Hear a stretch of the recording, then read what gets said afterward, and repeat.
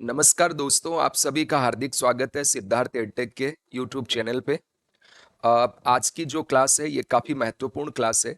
RAS अभ्यर्थियों के लिए डेडिकेटेड क्लास है ये। अक्सर क्लास में मुझसे बच्चे पूछते हैं कि सर आरएएस का एक बार पैटर्न समझा दीजिए, आरएएस का सिलेबस क्या है वो समझा दीजिए, आरएएस में कौन कौन सी वैकेंसी होती है उनके बारे में थोड़ी जानकारी मिल जाती तो थोड़ा ठीक रहता। आरएस का जो क्वेश्चन पेपर आता है प्रीलिम्स का, उसमें कौन से सब्जेक्ट के कितने क्वेश्चन आते हैं, मेंस में कितने नंबर के कौन कौन से क्वेश्चन आते हैं, उनका टाइप्स क्या होता है। कई बच्चे तो ऐसे भी हैं जिनको एग्जामिनेशन पैटर्न के बारे में भी पूरी जानकारी नहीं होती है। तो दोस्तों, आज की ये जो क्लास है इन्हीं सभी प्रश्नों के उत्तर के लिए मैं बना रहा हूँ। आप इस क्लास को ज़्यादा से ज़्यादा लाइक कीजिए, शेयर कीजिए और हमारे चैनल को सब्सक्राइब भी कीजिए। अपने दोस्तों तक इस क्लास को आप शेयर करें, विशेषकर वे बच्चे जो 12वीं पास कर चुके हैं उन बच्चों को, या जो 10वीं के बाद में जो प्रशासनिक सेवाओं में जाना चाहते हैं, आरएस बनना चाहते हैं, उन बच्चों के लिए भी ये क्लास बहुत महत्वपूर्ण है। उन सभी माता पिताओं के लिए जो अपने बच्चों को प्रशासनिक सेवाओं में भेजना चाहते हैं, विशेषकर जिनका टारगेट आरएस बनना है, वो ये कई बार कंफ्यूजन में रहते हैं कि हम अपने बच्चों को आरएस के लिए कैसे गाइड करें, आरएस क्या है, आरएस बनने के लिए एलिजिबिलिटी क्या है, इसको कब स्टार्ट करना चाहिए, क्या पढ़ना चाहिए और इसकी जो प्रिपरेशन है वो कितने घंटे करनी चाहिए। कई तरह के डाउट होते हैं, विशेषकर उन बच्चों में जो 10वीं के बाद में जिनका ये होता है ना कि मुझे तो आरएस बनना है, वो अक्सर इंटरनेट पर चीज़ों को सर्च करते हैं और कई बार आप जानते हैं कि मिसगाइड भी हो जाते हैं। तो ये जो क्लास है, इस क्लास के अंदर आपको वो संपूर्ण जानकारी मैं देने वाला हूँ कि क्या क्या हमें इसमें पढ़ना है। तो फिर से एक बार आप सभी का मैं स्वागत करता हूँ सिद्धार्थ एडटेक के ऑनलाइन चैनल पे। आप हमारी ऐप को भी डाउनलोड कर सकते हैं, Siddharth edtech, Google play store पे जाके। इसमें भी आपको ये जो क्लास में ले रहा हूँ ये क्लास वहाँ मिलेगी और इसके अलावा सिलेबस, प्रीवियस ईयर के क्वेश्चन पेपर और कई चीज़ें आप वहाँ निःशुल्क प्राप्त कर सकते हैं। इसके अलावा सिद्धार्थ एडटेक जो चैनल है वहाँ पे विभिन्न विषयों की लाइव क्लासेस भी आपको मिलेंगी। ये जो सिद्धार्थ एडटेक है इस पे मेरे कई साथियों के साथ मैं भी इसमें जुड़ा हुआ हूँ, तो वहाँ पे 2 सब्जेक्ट की क्लास तो मैं खुद भी लूंगा, बाकी तो और जो टीम है सिद्धार्थ एडटेक की वो यहाँ पे पढ़ाएगी। खैर, नमस्कार आप सभी का। जो माता पिता इसको देख रहे हैं उनको भी नमस्कार और प्रणाम। और जो मेरे स्टूडेंट देख रहे हैं, अच्छे से आप पूछिए, कोई क्वेश्चन हो तो आप कमेंट में मुझे करना, मैं आपको जैसे ही फ्री होऊंगा उसका उत्तर जरूर दूंगा। वे बच्चे जो 10वीं 12वीं वाले हैं, एकदम शालीनता से और तन्मयता से इसको आप देखिए, विचार कीजिए क्या आप कर सकते हैं ऐसा। आरएस बनना मुश्किल नहीं है, इस दुनिया में कुछ भी इम्पॉसिबल तो है नहीं। और राजस्थान के जो बच्चे हैं वो तो आप जानते हैं बहुत मेहनती होते हैं, काफ़ी लगन से पढ़ाई करते हैं। एक बार उनको रास्ता पता चल जाए कि किस तरीके से पढ़ना है, क्या पढ़ना है, तो फिर मंजिल वो हासिल कर ही लेते हैं। तो दोस्तों, हम लोग जो आज की ये क्लास है हमारी, इसमें क्या क्या हम कवर करने वाले हैं इसको जरा एक बार मैं बताता हूँ आप लोगों को। तो आज की जो हमारी ये क्लास रहेगी इसमें एक तो हमें ये देखना भाई, RS, when to start preparation, who can give the exam, examination pattern, what to study, how to study and where to study। इन प्रश्नों के ऊपर मैं बातचीत करूंगा। सबसे पहले हम लोग ये देखते हैं कि आरएस क्यों। इसका उत्तर आपको खुद को पता होना चाहिए कि मुझे आरएस क्यों बनना चाहिए। देखो, जैसे यूपीएससी के माध्यम से आईएएस आईपीएस जो बनते हैं वो देश की सबसे सर्वोच्च सरकारी सेवा है। मैंने सेवा शब्द यूज किया है, देश की सबसे सर्वोच्च सरकारी सेवा है। आईएएस आईपीएस जो बनते हैं उससे बड़ा कोई सरकारी पद भारत में नहीं है। राज्य स्तर पे अगर हम बात करें तो आरएस राज्य की सबसे सर्वोच्च प्रीमियम सर्विसेज है। ये एक ऐसी सेवा है, ये महज नौकरी नहीं है। इसमें यदि आप जाते हैं तो आप सीधे सीधे जनता से जुड़ते हैं, जनता के मुद्दों को सॉल्व करते हैं, जो गवर्नमेंट पॉलिसी है उनको बनाने में आप गवर्नमेंट की सहायता करते हैं। और अपने ब्लॉक लेवल पे जब आप एसडीएम होते हैं, एडीएम बनते हैं, फिर प्रमोट होके आप जिला कलेक्टर बनते हैं या आरपीएस बनते हैं प्रमोशन होके, तो आप सरकार की नीतियों का क्रियान्वयन करते हैं। यानी जनमानस के जीवन में अगर बदलाव ला सकते हैं तो वो सबसे सर्वोच्च सेवा है, प्रशासनिक सेवा। और राज्य स्तर पे सबसे बड़ी जो सेवा है वो राजस्थान प्रशासनिक सेवा। तो आरएस क्यों बनना है? देखो, ये केवल पैसा कमाने का जरिया नहीं है। अगर आप पैसा कमाना चाहते हैं तो आईआईटी कीजिए, एमबीए कीजिए, गवर्नमेंट जॉब के बजाय अपना स्टार्टअप स्टार्ट कीजिए। आप बहुत सारे प्राइवेट काम करके ज़्यादा पैसे कमा सकते हैं। यहाँ पर आपको नेम फेम पैसा ये सब तो मिलेगा, पर सबसे बड़ी चीज है ना जॉब सेटिस्फेक्शन, वो जो यहाँ खुशी दे हमें, वो जो प्राउड फील कराए हमें, वो जो हमारे पेरेंट्स को और जो हमारे दोस्त हैं उन लोगों को हम पे गर्व करवाए, वो आरएस है। आरएस के माध्यम से आप देश के जो राज्य की बात करें राजस्थान की, तो राज्य के जितने भी गरीब लोग हैं इन लोगों के जीवन में खुशियां ला सकते हैं। आपका एक साइन इतना महत्वपूर्ण बन जाता है दोस्तों कि एक साइन से आप जहां भी पोस्टेड होते हैं वहां लोगों की लाइफ बदल सकते हैं। हेल्थ सेक्टर हो, चाहे एडुकेशन सेक्टर हो, चाहे वुमेन एम्पावरमेंट सेक्टर हो, एम्प्लॉयमेंट हो, लॉ एंड ऑर्डर हो, हर तरह की चीजें आपके एक ऑर्डर, आपके साइन, आपके डिसीजन इनसे तय होती है। तो आरएस ये नौकरी नहीं है, ये देश के निर्माण में आपका बहुत बड़ा योगदान देने का जरिया है।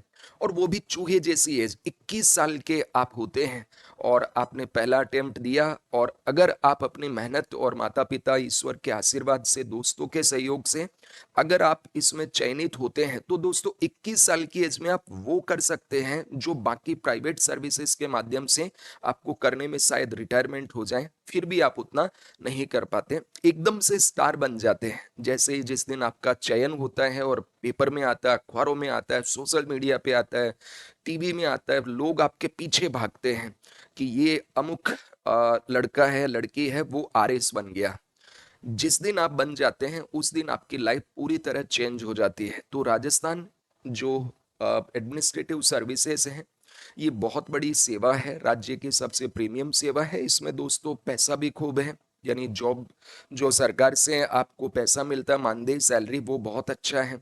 सरकारी सुविधाएं मिलती हैं आपको, इसके अलावा बहुत सारी फैसिलिटी हैं वो भी मिलती हैं, और इसके अलावा नेम फेम जुड़ा हुआ है।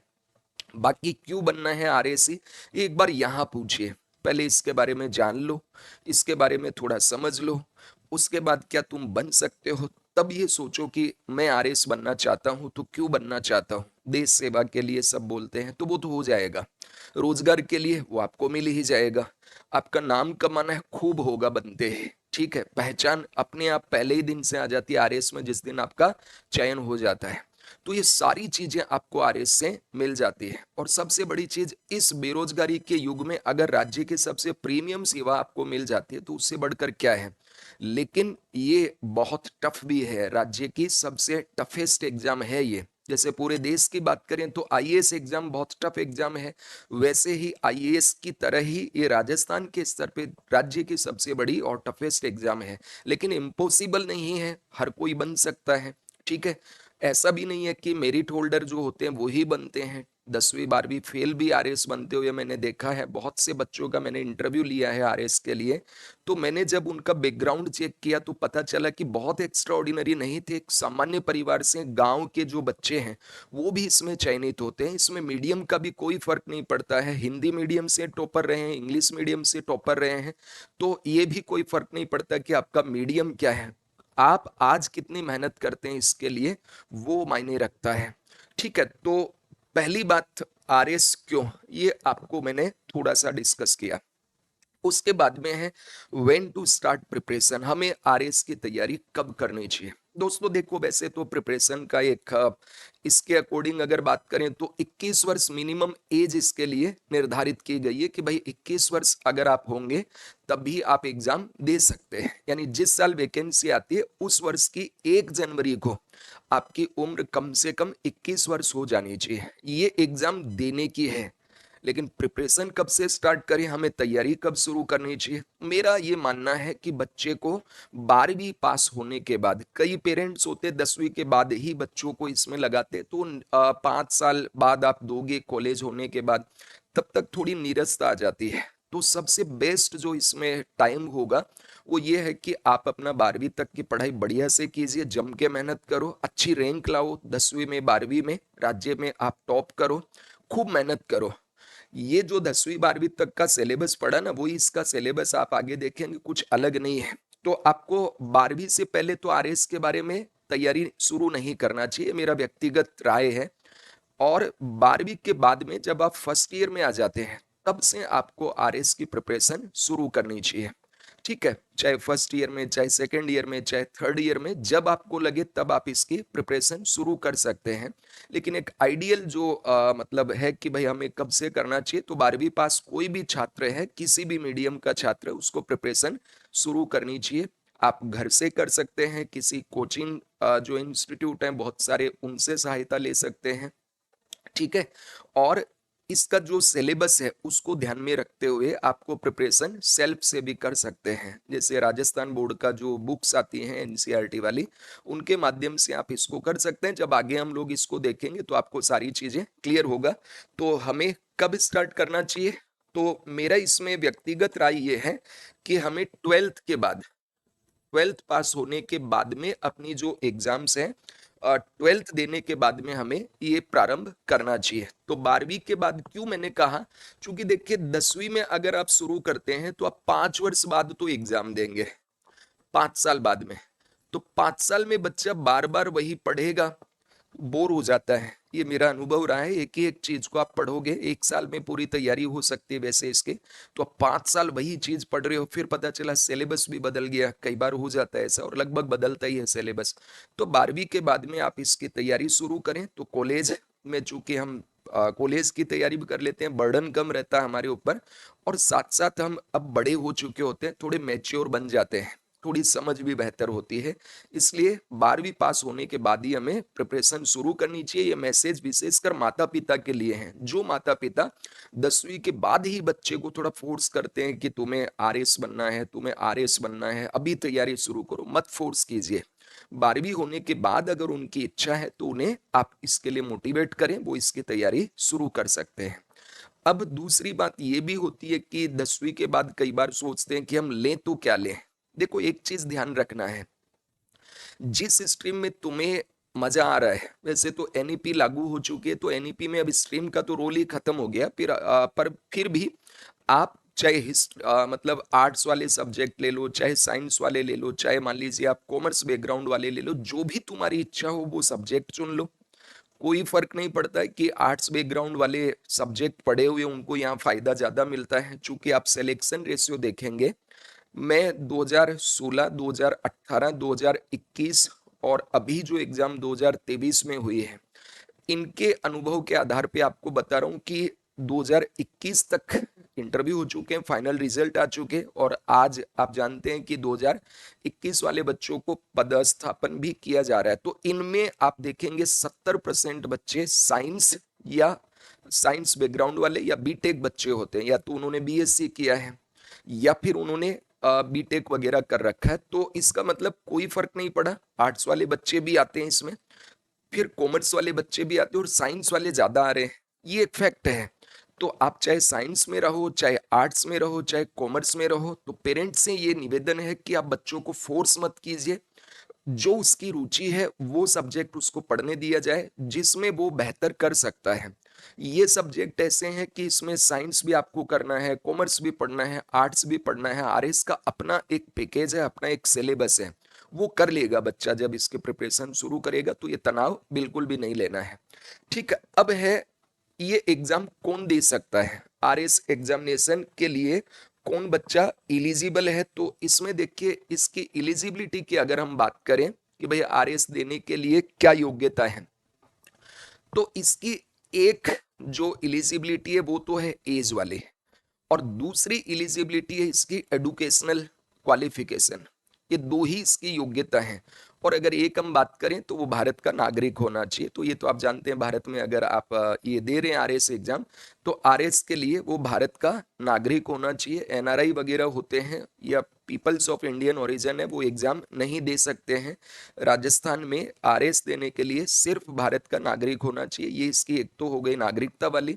दूसरी, अगर उसकी एज की बात करें तो इसमें आपको ध्यान रखना है कि जब भी वैकेंसी आती है, जैसे मान लीजिए इस साल अगर वैकेंसी आती है, तो इसमें साफ साफ है कि जिस वर्ष वैकेंसी आती है उस साल की 1 जनवरी को आपका उम्र क्या हो जाना चाहिए, 21 वर्ष हो जाना चाहिए। पहली बात तो ये ध्यान रखना है। जैसे अगर मान लीजिए इस साल ये जो वैकेंसी आती है, तो 1 तारीख को 1 जनवरी 2023 को आपकी उम्र क्या हो जानी चाहिए? 21 वर्ष कंप्लीट हो जानी चाहिए। ये आयु वाली, एज वाली योग्यता है। दूसरी एडुकेशनल योग्यता की बात करें तो इसमें दोस्तों देखो सीधा सीधा है कि आप कम से कम ग्रेजुएट होने चाहिए, स्नातक होने चाहिए। मतलब अगर मारवाड़ी में कहें तो अपन बोलते हैं ना, 15वीं पास कर लीजिए मेरे छोरे ने, तो 15वीं पास होनी चाहिए। ठीक है, मतलब आप चाहे आर्ट्स से हो, चाहे कॉमर्स से हो, चाहे साइंस से हो, यानी बीए, एमकॉम, बीकॉम या बीएससी, ये आपका होना चाहिए। तो ग्रेजुएट होना चाहिए any discipline from recognised university, किसी भी जो मान्यता प्राप्त विश्वविद्यालय है उससे उसे स्नातक ग्रेजुएट होना चाहिए, चाहे बीएससी से हो, चाहे बीए से हो, चाहे बीकॉम से हो। इसके अलावा कुछ प्रोफेशनल कोर्स होते हैं, जैसे बीबीए हो गया, बीसीए हो गया। इस तरह के जो ग्रेजुएट के इक्विवेलेंट कोर्स हैं जिनको राज्य सरकार ने मान्यता दे रखी है, तो candidate having professional and technical qualification recognised by government are also eligible. तो ये तो हो गया तुम्हारा ग्रेजुएट वाला, और दूसरे में जैसे बीसीए कर लिया, बीबीए कर लिया, इस तरह के कोर्स जो हैं टेक्निकल या प्रोफेशनल कोर्स, अगर सरकार ने उनको भी माना है कि ये इक्विवेलेंट है ग्रेजुएट के, तो भी आप एग्जाम दे सकते हैं। इतना क्लियर हुआ? तो दो चीजें यहाँ पे, एक तो कौन सा, एज वाला, एज 21 वर्ष कब तक होना चाहिए? तो जिस वर्ष एग्जाम है उस वर्ष की 1 जनवरी को आप क्या हो जाने चाहिए? 21 वर्ष। अब मान लो जैसे 2024 में ये एग्जाम होती है, जैसे यहाँ तो मैंने 23 लिख दिया, ये तो जा चुका है। तो अगर 2024 में हो तो इसका मतलब आपकी एज कब 21 साल होना चाहिए? 1 जनवरी 2024 को। और यदि ये एग्जाम 2025 में हो तो 2025 का 1 जनवरी को आप कितने हो जाने चाहिए? तो उस वर्ष 1 जनवरी को आपका 21 वर्ष आयु होना चाहिए। तो ये ध्यान रखना है। उसके बाद में अगर हम बात करें तो एज में छूट क्या है, एज रिलैक्सेशन की बात क्या है, तो एज वाली बातें हम थोड़ा डिटेल देखेंगे। यहाँ पे मैंने आपको बताया, एक तो मिनिमम एज कितना है, तो मिनिमम एज क्या है? 21 वर्ष है। कितना है? 21 वर्ष। दूसरा है कि अधिकतम आयु क्या है, तो मैक्सिमम एज जो है इसके लिए वो क्या है? 40 वर्ष है। मैक्सिमम जो एज है वो कितना है? 40 ईयर है, चाहे आप किसी भी कैटेगरी से आते हो। ठीक है, ये ध्यान से समझना है। मिनिमम एज 21 वर्ष कोई भी कैटेगरी हो, मैक्सिमम एज कोई भी कैटेगरी हो 40 वर्ष है।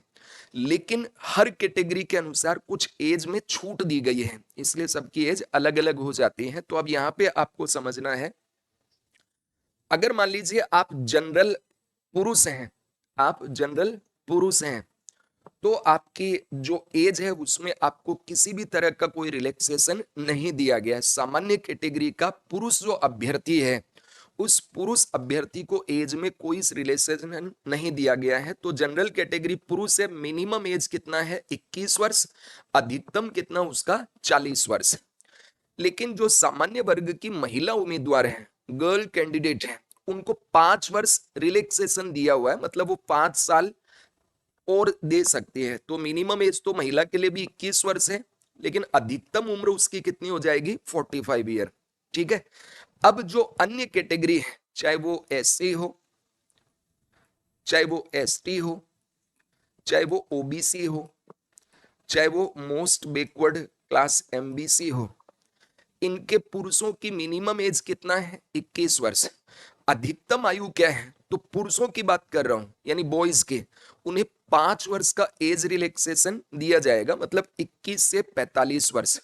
और यदि एससी, एसटी, ओबीसी और एमबीसी इनकी महिला है, तो मिनिमम एज कितना है? 21 वर्ष। अधिकतम एज कितनी होगी? 10 वर्ष रिलैक्सेशन मिलके 40 प्लस 10 यानी 50 वर्ष तक दे सकते हैं। तो जैसे देखो यहाँ पे अनुसूचित जाति, इसकी मिनिमम एज है 21, मैक्सिमम कितना है? 45 पुरुष के। 5 वर्षों से क्या मिला? रिलैक्सेशन। अगर बॉयज है तो कितना? 5 वर्ष। ठीक है, इधर जैसे मान लीजिए ये हो गया अनुसूचित जनजाति है, एसटी, तो मिनिमम 21, मैक्सिमम 45। फिर अगर ओबीसी पुरुष की बात करें तो मिनिमम 21, मैक्सिमम 45। फिर अगर मान लीजिए हम ये जो अति पिछड़ा वर्ग माने मोस्ट बैकवर्ड एमबीसी, तो मिनिमम 21, मैक्सिमम 45। ईडब्ल्यूएस भी ले लेते हैं इसमें, तो ईडब्ल्यूएस इकोनॉमिकली वीकर सेक्शन, उनके पुरुष के लिए मिनिमम 21, मैक्सिमम 45, यानी सबके लिए सेम है। एक जनरल को छोड़ दीजिए, पुरुष वाले को, उसको कोई रिलैक्सेशन नहीं है, 21 से लेकर 40 के अनुसार ही दे सकता है, जितने भी अटेम्प्ट आए कितनी भी बार वो दे सकता है। SC, ST, OBC, MBC, EWS, इनका अगर जो मेल कैंडिडेट है तो उसको कितनी छूट मिलेगी? 5 वर्ष, मतलब वो 45 साल तक दे सकता है। और अगर फीमेल है, महिला उम्मीदवार है, तो उसको कितना मिलेगा? 10 वर्ष। जैसे यहाँ पे हम देखते हैं, ये अनुसूचित जाति की जो महिला है, शेड्यूल कास्ट की महिला, उसको 50 वर्ष तक है। एसटी वर्ग की महिला को भी अधिकतम 50 वर्ष है। ओबीसी वर्ग की महिला का भी अधिकतम 50 ईयर है।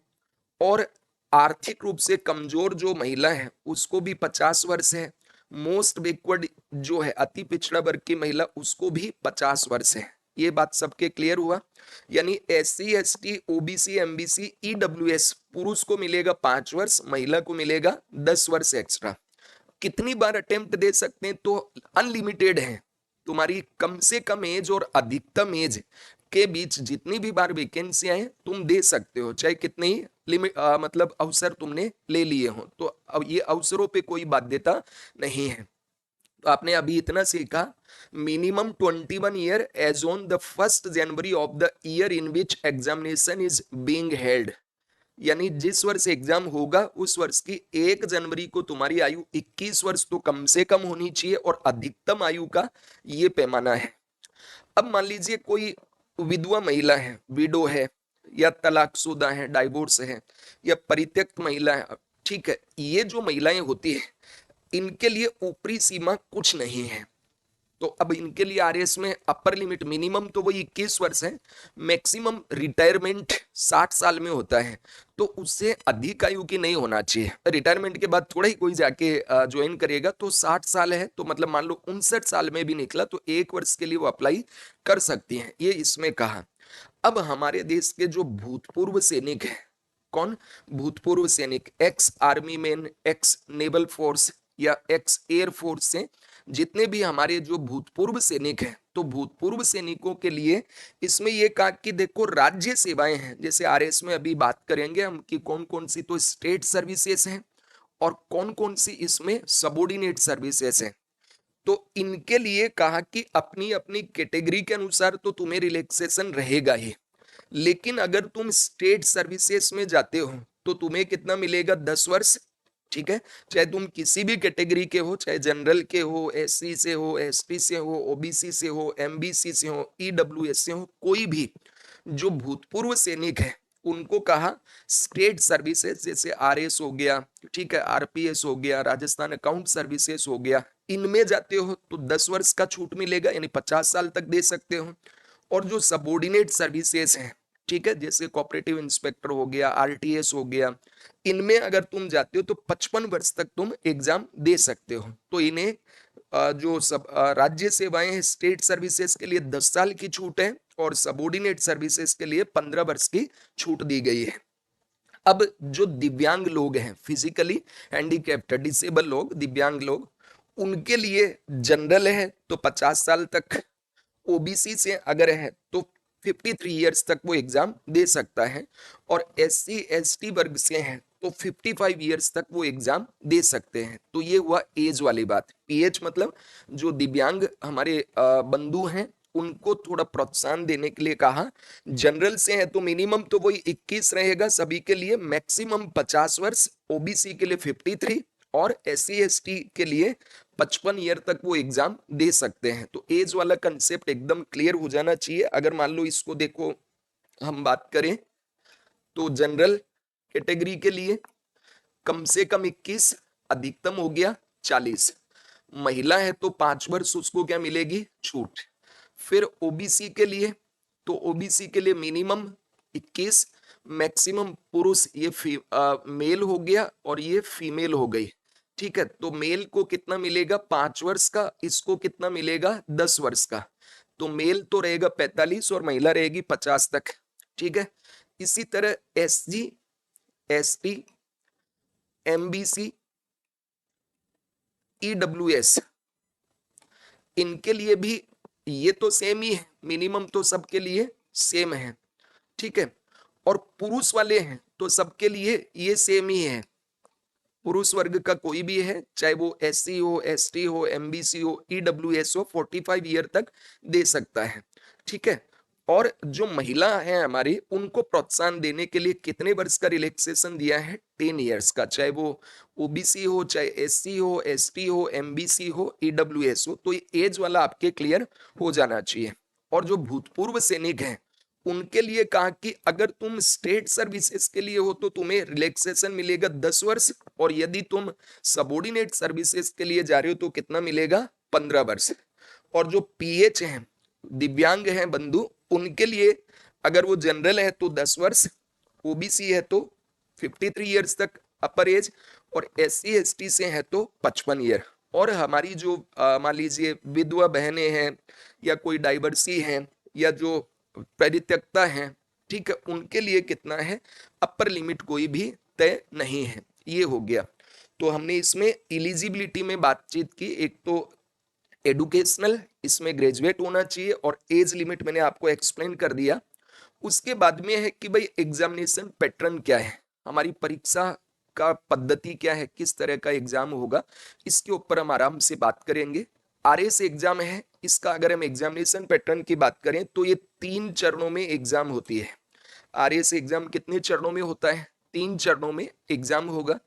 सबसे पहले इसकी प्रारंभिक परीक्षा होती है, ये अगर आप पास कर लेते हैं तो आप मेन एग्जाम के लिए जाएंगे, मुख्य परीक्षा, प्रधान परीक्षा। ये भी अगर पास कर लिए तो इंटरव्यू होगा, और उसमें भी अगर आपका चयन हो गया अच्छी रैंक का ही, तो भैया अब उड़ान भरना है, ठीक है। तो पहला आपका होगा प्रारंभिक परीक्षा, इसमें लगभग 5 से 6 लाख अभ्यर्थी बैठते हैं। फिर मेन एग्जाम है, तो मेन एग्जाम के तहत क्या होता है, जितनी सीटें हैं उनका लगभग 15 गुना, ठीक है, 15x इसमें मेन के लिए लिया जाता है। ऐसा फिक्स नहीं है, लेकिन सामान्यतः कि इस तरह से जितने जो सीटें उनका 15 गुना मेन में पास किया जाता है। और फिर इसमें अगर तुम पास हो गए तो इंटरव्यू कॉल होगा, लगभग इसमें जितनी सीटें उनका 2.5 गुना ये लिया जाता है, 2.5x इसमें लिया जाएगा। ऐसा भी बाध्य नहीं है, लेकिन नॉर्मली इसको फॉलो किया जाता है। कई बार 2 गुना भी ले सकते हैं, 1.5 गुना भी ले सकते हैं, हालांकि वो आयोग तय करता है, लेकिन सामान्यतः 2.5 गुना इसमें लिया जाता है। प्रारंभिक परीक्षा जो है, प्रारंभिक परीक्षा देने के लिए जो बच्चा है उसकी एज कितना होना चाहिए? 21 वर्ष, और ग्रेजुएशन उसका पूरा हो जाना चाहिए। लेकिन अगर मान लो आप एग्जाम में अपीयर होना चाह रहे हैं और आपकी अभी फाइनल ईयर का एग्जाम हुआ नहीं, यानी फाइनल ईयर में हैं आप, तो फाइनल ईयर में है तो भी आप एग्जाम दे सकते हैं। उसकी शर्त क्या है कि जब आपका मेन से एग्जाम हो तब तक आपका रिजल्ट आ चुका होना चाहिए, ठीक है। तो ये ध्यान रखना है कि जो बच्चे फाइनल ईयर में होते हैं वो भी एग्जाम दे सकते हैं, अगर उनका मेंस तक रिजल्ट आ चुका है, तो ये ध्यान में रखना है। अब हम एक एक पे बात करेंगे, प्रारंभिक परीक्षा, मुख्य परीक्षा, इंटरव्यू, और फिर ये मैंने दिखाया ना एरोप्लेन, उसके बाद आपकी लाइफ देखो ऐसा चेंज हो जाता है। जैसे मेरे पास अभी आज खूब कॉल आए थे कि सर आपके आशीर्वाद से हमारा फाइनली आरएस का पोस्ट मिल गया है, और प्रॉपर तरीके से हम आरएस बन गए हैं आधिकारिक तौर पे। तो मैंने उनको यही कहा, अब उड़ान भरो, और तुम्हारी उड़ान के साथ साथ राज्य का हर व्यक्ति उड़ान भरे। ऐसा काम करना कि तुम्हारा नाम हो, लोग तुम्हें जाने कि ये आरएस अधिकारी है। इसका तबादला हो तो लोग उसका विरोध करें कि नहीं, इसको यहां से जाने नहीं देंगे। तो चूंकि मैं इंटरव्यू लेता हूं, काफी बच्चे मुझसे जुड़ते हैं, जैसे जहां मैं पढ़ा रहा हूं वहां, और उसके अलावा हर कोचिंग संस्थान के बच्चे सामान्यतः इंटरव्यू के लिए मेरे पास गाइडेंस लेने आते हैं। क्लास में भी मैं पढ़ाता हूँ, तो मेंस और उसमें भी बच्चे काफी जुड़े रहते हैं। तो वो बच्चे अक्सर पूछते हैं कि सर हम लोग जब नौकरी लग जाएगी तो क्या चैलेंजेस आएंगे? तो मैंने कहा लगने दो, चैलेंज आएंगे वो तुम फेस कर लोगे, और बहुत आसानी से मुस्कुराते हुए तुम पार करोगे। जब इतना बड़ा चैलेंज तुम पास कर लिए, 5-6 लाख बच्चों में तुम निकल गए, तो फिर आगे के चैलेंज तुम्हारे लिए क्या चीज है? क्योंकि अब तो उड़ान भरने की तुम्हारी शुरुआत हो चुकी है, तुम्हारे सपनों को जीने की यात्रा प्रारंभ हो चुकी है। और ये जो उड़ान तुम भर रहे हो, ये सिर्फ तुम अपने लिए उड़ान नहीं भरते हो, बल्कि राज्य का जो जहां जहां भी तुम जाओगे, जहां जहां तुम्हारा पदस्थापन होगा, वहां के लोगों की लाइफ में भी तुम चेंज लाओगे। और वो उनके सपने हैं, उनको भी आप अपने सपने मान के उनको पूरा करवाते हो। इसलिए मैंने यहाँ पे ये एरोप्लेन दिखाया कि अगर तुम इंटरव्यू पास कर गए और फाइनली जो मेरिट लिस्ट है, जितनी सीटें हैं, ठीक है, उनमें आए प्रॉपर, तो तुम चयनित होते हो। कई बार ऐसा भी होता है कि मान लो 1,000 लोग हैं, 1,000 सीटें हैं, और 2,500 लोगों को इसमें बुलाया, तो 1,500 तो इसमें आउट होने हैं। ठीक है, 1,000 ही लोग रहेंगे। तो इस तरह 3 चरण होते हैं। अब हम बात करते हैं पहला, जो हमारा प्रारंभिक परीक्षा है। ठीक है, तो प्रारंभिक परीक्षा, इसमें हमें देखना है कि भाई प्रारंभिक परीक्षा है, इसमें कितने तो मार्क्स का पेपर होता है, कितने नंबर ऑफ क्वेश्चन आते हैं, कितना हमें टाइम मिलता है, निगेटिव मार्किंग होती है क्या, क्या क्या हमें इसमें पढ़ना है, इसके बारे में हम बात करेंगे। तो सबसे पहले प्रारंभिक परीक्षा जो होती है, प्रिलिमिनरी एग्जाम, इसमें 200 मैक्सिमम मार्क्स होते हैं। पेपर कितने नंबर का है? 200 अंकों का होता है। और नंबर ऑफ क्वेश्चन कितने हैं? तो इसमें 150 क्वेश्चन आपको दिए जाते हैं, जो कि आपको 3 घंटे में सॉल्व करने हैं। 3 आवर्स में कंप्लीट पेपर आपको सॉल्व करना है। और अगर आपका एक प्रश्न गलत हुआ तो 1/3 आपका नेगेटिव मार्किंग होता है। मतलब ऐसा हो गया कि मान लो आपने 4 प्रश्न अटेम्प्ट किए, इनमें एक प्रश्न तो आपका सही है और 3 प्रश्न आपके गलत हैं, तो आपके अंक इसके तो आपको मिले। ठीक है, और इनमें आपका 1/3 कट गया, तो 3 क्वेश्चन गलत होते ही आपका एक क्वेश्चन जो सही वाला है वो भी 0 मान लिया जाएगा। ठीक है, मतलब 4 प्रश्न आपने किए, एक सही 3 गलत, तो आपका नंबर कितना आएगा एक्चुअल में? 0। ठीक है, तो ये ध्यान रखना है। मतलब जितने आपके गलत होते हैं, ठीक, जैसे 150 प्रश्न है, आपने मान लीजिए अटेम्प्ट उसमें कितने किए? 80 प्रश्न अटेम्प्ट किए। 80 प्रश्नों में आपके मान लीजिए 33 प्रश्न, 33 प्रश्न क्या हो गए? गलत हो गए। 80 अटेम्प्ट किए तो 33 प्रश्न आपके एकदम गलत हो गए। तो टोटल कितने अटेम्प्ट किए आपने? 80 क्वेश्चन। और गलत कितने हो गए? 33 क्वेश्चन। कितने हो गए? 33 क्वेश्चन। तो अब आपके 47 तो सही है और 33 गलत हैं। इन गलत का भी आपका कितने क्वेश्चन और डिलीट होंगे? तो 11, इसको 1/3 करोगे तो 11 इनमें घट जाएंगे। तो इसका मतलब दोस्तों, आपके फाइनल जो एक्चुअल सही क्वेश्चन माने जाएंगे वो कितने रहेंगे? तो 36 क्वेश्चन ही आपके सही हैं। इसलिए प्रीलिम्स परीक्षा में आपको 2-3 चीजें ध्यान रखनी होती है। एक, स्पीड फास्ट होनी चाहिए। दूसरा, आपकी एक्यूरेसी होनी चाहिए। तीसरा, यदि आपको प्रश्न आता है तो ही आप उसको अटेम्प्ट कीजिए, तुक्का नहीं लगाना है। तुक्के से एग्जाम पास भी नहीं होती है। मेहनत करोगे तो तुक्के लगाने की आपको आवश्यकता होगी ही नहीं, क्योंकि तुक्के के चक्कर में बहुत से बच्चों को फेल होते हुए, रोते हुए भी मैंने जिंदगी में देखा है। ऐसे बच्चे जो बहुत क्वेश्चन अटेम्प्ट कर लेते हैं, लेकिन गलत ज्यादा होने की वजह से फिर वो आउट होते हैं। तो ये आपको एकदम ध्यान रखना है। अब ये 200 मार्क्स के जो 150 क्वेश्चन हैं, ये कहाँ कहाँ से पूछे जाते हैं? तो ये है आपका पूरा आरएस प्रारंभिक परीक्षा का सिलेबस। इसमें दोस्तों एक तो आता है राज व्यवस्था और संविधान। क्या आता है? राज व्यवस्था और संविधान, that is polity and constitution. भारतीय राज व्यवस्था, राजस्थान की राज व्यवस्था और भारत का संविधान। इसमें कितने प्रश्न आते हैं उस पर अभी मैं बात करूंगा। तो इसमें राज व्यवस्था और संविधान, फिर इकोनॉमी। दूसरा क्या है? तो दूसरा है इकोनॉमी। इकोनॉमी यानी वर्ल्ड का इकोनॉमी। फिर इसमें पूछते हैं इंडियन इकोनॉमी। और तीसरा इसमें आता है राजस्थान का इकोनॉमी। तो इकोनॉमी कौन कौन सा आएगा? वर्ल्ड, इंडिया और राजस्थान। उसके बाद में इतिहास। तीसरा जो आपसे पूछा जाएगा वो है हिस्ट्री, आर्ट एंड कल्चर। इतिहास, कला एवं संस्कृति, हिस्ट्री, आर्ट एंड कल्चर। तो इसमें भारत का इतिहास, प्राचीन भारत, मध्यकालीन भारत, आधुनिक भारत, और फिर राजस्थान की कला संस्कृति, ये भी आपको पूछी जाती है। ठीक है, फिर इसमें आपको पूछा जाता है भूगोल, जियोग्राफी। ये भी विश्व, भारत और राजस्थान का जियोग्राफी आता है। तो geography, Indian geography, world geography and Rajasthan का भूगोल आपको इसमें पूछा जाता है। उसके बाद 4-5 प्रश्न पर्यावरण एवं पारिस्थितिकी के भी आते हैं, इन्वायरमेंट एंड इकोलॉजी। तो इससे संबंधित 4-5 प्रश्न हर साल रहते हैं इसमें। विज्ञान और प्रौद्योगिकी, साइंस एंड टेक्नोलॉजी से भी काफी प्रश्न इसमें पूछे जाते हैं। विशेषकर जो चर्चा में है, करंट में है, ऐसे प्रश्न इसमें पूछे जाते हैं। ठीक है, अब आगे आपको जो इसमें प्रश्न पूछे जाएंगे वो है राजस्थान का इतिहास। राजस्थान का इतिहास, राजस्थान की कला और संस्कृति। ठीक है, फिर राजस्थान की अर्थव्यवस्था, राजस्थान का भूगोल, मैथ और रीजनिंग और करंट अफेयर, विश्व, भारत और राजस्थान।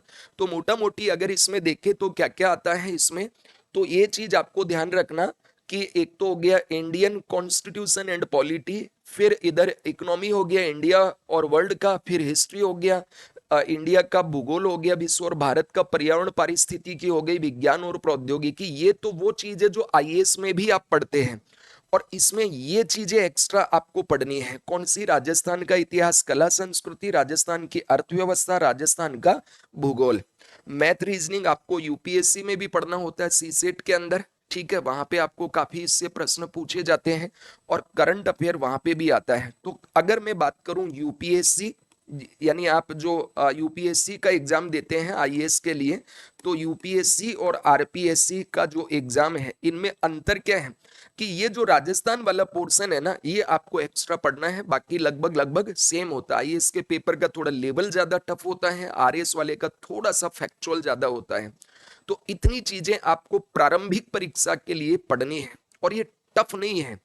ये अगर आपसे मैं कहूं कि 10वीं तक का जो आपका राजस्थान बोर्ड का एनसीईआरटी वाला बुक चलता है, उसी को अगर आप बहुत अच्छे से पढ़ लो ना, तो उससे बाहर जाता ही नहीं है। तो वो बच्चे जो अभी 10वीं पास किए हैं या जो 12वीं पास किए हैं, उनको ये रहता ना कि पता नहीं क्या पढ़ते हैं, मंगल ग्रह से आते होंगे, पढ़ाने वाले भी बहुत एक्स्ट्रा ऑर्डिनरी होंगे, पढ़ने वाले भी एक्स्ट्रा ऑर्डिनरी होंगे। कुछ नहीं है दोस्तों, आप भी इजीली आरएस बन सकते हैं। ये दुनिया की सबसे सिंपलेस्ट एग्जाम भी है और दुनिया की सबसे टफेस्ट एग्जाम भी है। सिंपलेस्ट इसलिए बोल रहा हूं कि 50% लाने पर इसमें टॉपर बन जाता है, और इससे आसान क्या होगी? अगर 10वीं वाले बच्चे को मैं ऐसे बोलूं ना कि भाई हमारा जो टॉपर बनता है फर्स्ट रैंक वाला, उसका मेरिट जो है वो 50% गई, तो हंसेगा कि मैं तो 10वीं के अंदर 98 लाया, तब जाके फर्स्ट मेरी रैंक आई है, और ये 50 पे लिया है। तो ये सबसे सिंपलेस्ट है, लेकिन ये सबसे टफेस्ट भी है, क्योंकि 50%, 55% से ज्यादा लाने वाला माइकल पैदा ही नहीं होता इधर। ठीक है, क्योंकि इसमें देखो हर चीज पढ़नी है आपको, साइंस भी पढ़ना है, कॉमर्स भी पढ़ना है, आर्ट्स भी पढ़ना है, सारी करंट अफेयर, सब दुनिया की चीजें पढ़नी है। इसलिए थोड़ा ये टफ है, क्योंकि हर चीज आपको पढ़ना पड़ता है, लेकिन फिर भी मुश्किल नहीं है। ठीक है, ये कुछ भी टफ नहीं है। अगर तुम चाहो तो सबके लिए सेम सिलेबस है, सबको सेम पढ़ना होगा। तुम अगर मेहनत करोगे तो तुम भी आराम से आरएस बन सकते हो। अब अगर हम बात करें कि पिछले वर्षों की जो एग्जाम हुई है, तो हमने ये 12 सब्जेक्ट अभी देखे यहाँ पे टोटल। ये टोटल कितने हो रहे हैं? तो 12 चीजें यहाँ पे हो रही है, 12। इन 12 चीजों में कौन से सब्जेक्ट से कितने प्रश्न आते हैं, एक मोटा मोटी एवरेज में आपको दे रहा हूं। हालांकि इसमें देखो एक दो चीजें इधर उधर हो सकता है, जैसे कुछ प्रश्न राजस्थान भूगोल के हैं वो राजस्थान इकोनॉमी में भी है।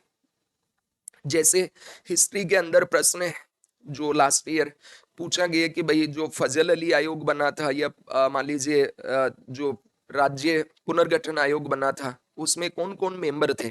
तो ये हिस्ट्री का भी प्रश्न और ये पॉलिटी में भी पढ़ाया जाता है, तो ऐसे थोड़ा रहता है। फिर भी एक इनमें हमने निकाला है कि भाई कितने प्रश्न कौन से सब्जेक्ट से ये विगत 2013, 2016, 2018, 2021 और 2023 में पूछे गए हैं।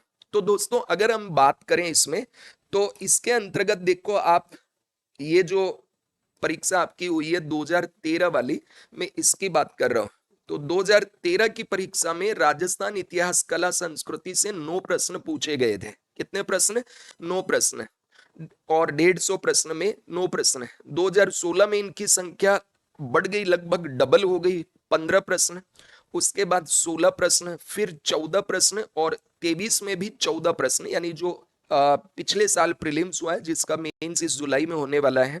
तो इतना वेटेज है राजस्थान इतिहास कला और संस्कृति, Rajasthan history art and culture का। उसके बाद हम बात करें भारतीय इतिहास का, तो भारतीय इतिहास में 14, फिर 16 में 10, फिर 18 में 10, 21 में 11 और 23 में 10 प्रश्न आपको पूछे गए। तो अगर इन दोनों को मिला के हम चलें, तो इन दोनों को अगर मिला के हम चलें तो यहाँ पे हमें 24-25 प्रश्न ये पूछे जाते हैं, लगभग 24-25 प्रश्न आपको। तो दोनों का काफी वेटेज है, मतलब हिस्ट्री का बहुत शानदार वेटेज आपको यहाँ पे देखने को मिलेगा। उसके बाद देखो, अगर हम बात करें तो भारत और विश्व का भूगोल, भारत और विश्व के भूगोल की अगर बात की जाए दोस्तों, तो इसमें 2013 में 19 प्रश्न, फिर 2016 में 10 प्रश्न, 18 में 10 प्रश्न, 21 में 7 प्रश्न और फिर 23 में 8 प्रश्न। केवल भारत और विश्व का भूगोल है।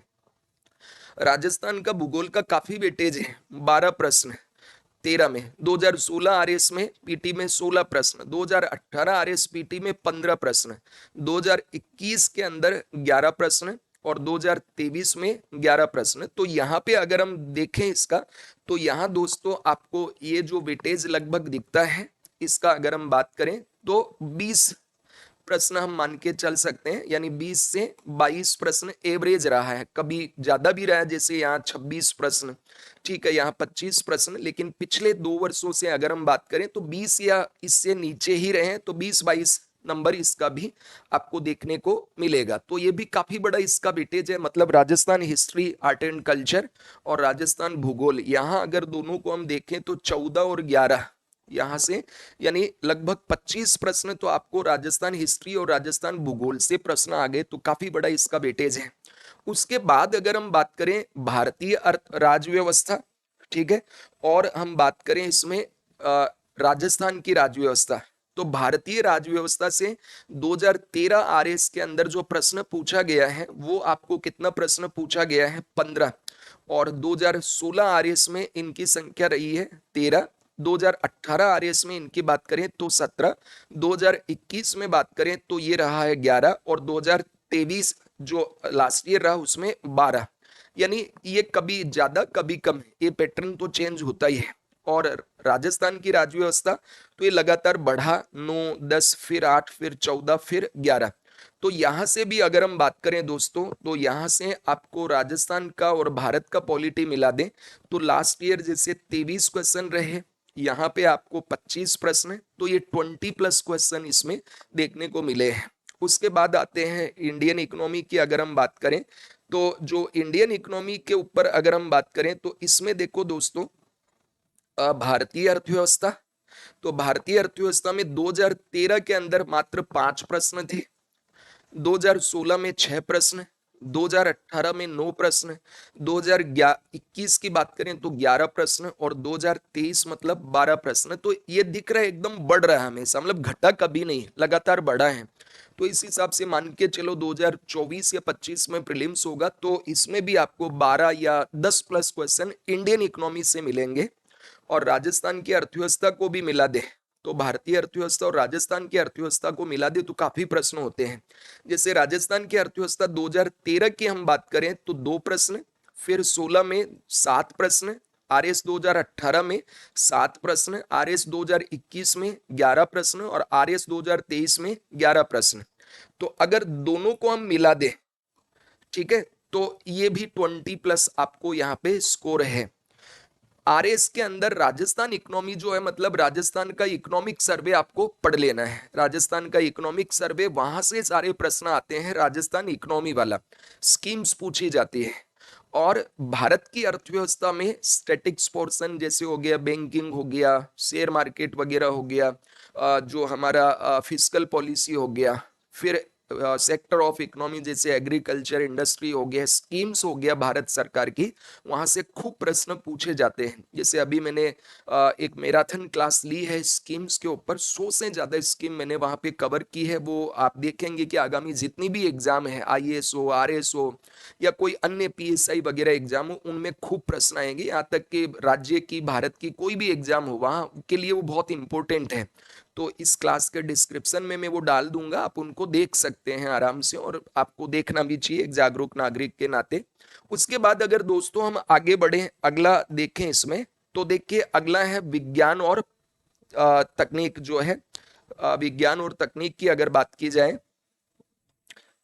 तो विज्ञान और तकनीक के अंदर 2013 के अंदर 12 प्रश्न थे, 2016 आरएस प्रीलिम्स में 13 प्रश्न थे, 2018 में 13 प्रश्न, 2021 आरएस में साइंस टेक से 15 प्रश्न और 2023 में 15 प्रश्न। मतलब अकेले साइंस टेक से लगभग लगभग 10 प्लस क्वेश्चन आपको मिलेंगे। तो 12 13 13 15 14, तो इस हिसाब से देखें तो साइंस टेक का काफी महत्व है।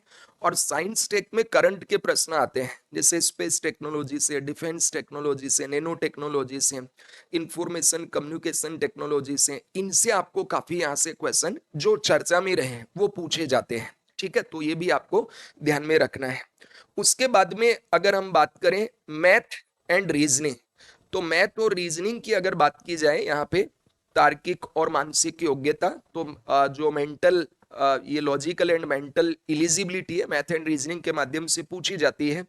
यहाँ पे 25 प्रश्न 2013 में, फिर 2016 में 20, 2018 में 20, 2021 में 20, 2023 में 20, मतलब यहाँ फिक्स है 20 प्रश्न आपको पूछे जा रहे हैं। कम ज्यादा कर सकता है आयोग, ऐसा कोई रूल नहीं है, लेकिन 20 प्रश्न जितना यहाँ पूछा जा रहा है।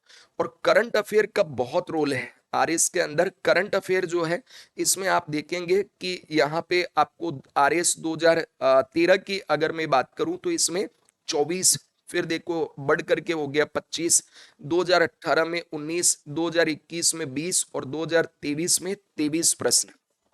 करंट अफेयर में इकोनॉमी का हो गया, पॉलिटिकल हो गया, फिर इसके अलावा जैसे इकोलॉजी एनवायरमेंटल हो गया, बुक्स के ऑथर के ऊपर हो गया, स्पोर्ट्स के ऊपर क्वेश्चन हो गया, जैसे ओलंपिक हो गया या अदर जितने भी स्पोर्ट्स हैं उनके ऊपर भी काफी प्रश्न आते हैं। राजस्थान का समसामयिक घटनाएं हैं, राजस्थान का पॉलिटी, राजस्थान का इकोनॉमी, राजस्थान का ज्योग्राफी, यहाँ से काफी प्रश्न पूछे जाते हैं। तो ये भी आपको ध्यान में रखना है। अखबार आपके लिए बहुत महत्वपूर्ण है। इसके लिए न्यूज़पेपर, दैनिक भास्कर या राजस्थान पत्रिका, ये तो हिंदी मीडियम के लिए, या Dainik Jagran national addition Hindi medium वाला, और अगर आप इंग्लिश मीडियम से हैं तो फिर द हिंदू या फिर ये इंडियन एक्सप्रेस हो गया या टाइम्स ऑफ इंडिया, इनमें कोई भी एक अखबार आप पढ़ें। इसके अलावा मैगजीन आप पढ़ सकते हैं, जो भी मैगजीन आप पढ़ते हैं, चाहे मान लीजिए मूमल पढ़ते हो या क्रोनोलॉजी पढ़ते हो, स्प्रिंग बोर्ड का पढ़ते हो, या जो भी आप पढ़ते हैं, करंट अफेयर के लिए मैगजीन आपको फॉलो करना चाहिए। ठीक है, सिद्धार्थ एडटेक के ऊपर भी करंट अफेयर में ऐप के ऊपर डेली हम लोग कुछ ना कुछ मटेरियल आपको डालेंगे, आप वो भी पढ़ सकते हैं। तो यहाँ पे ये नहीं है कि हम अपना ही कहें, जो भी सोर्स आप यूज कर रहे हैं ऑथेंटिक होना चाहिए। सूजस राजस्थान सरकार की आती है मंथली मैगजीन, वो आप पढ़ सकते हैं, अखबारों के माध्यम से कर लीजिए, आप न्यूज जो सुनते हैं उनके माध्यम से। तो मेरा टारगेट ये रहता है कि बच्चे को सोर्स ऑथेंटिक बताएं, उन सोर्स के माध्यम से आप अच्छे से तैयारी करें। उसके बाद दोस्तों अगला जो है वो है पर्यावरण और पारिस्थितिकी। ठीक है, तो इन्वायरमेंट एंड इकोलॉजी, यहां से कितने प्रश्न आ रहे हैं इसके बारे में अगर बात करें तो आरएस 2013 जो है इसमें 4 प्रश्न, फिर 16 में 5, उसके बाद 18 में 6, फिर 5 और फिर 4।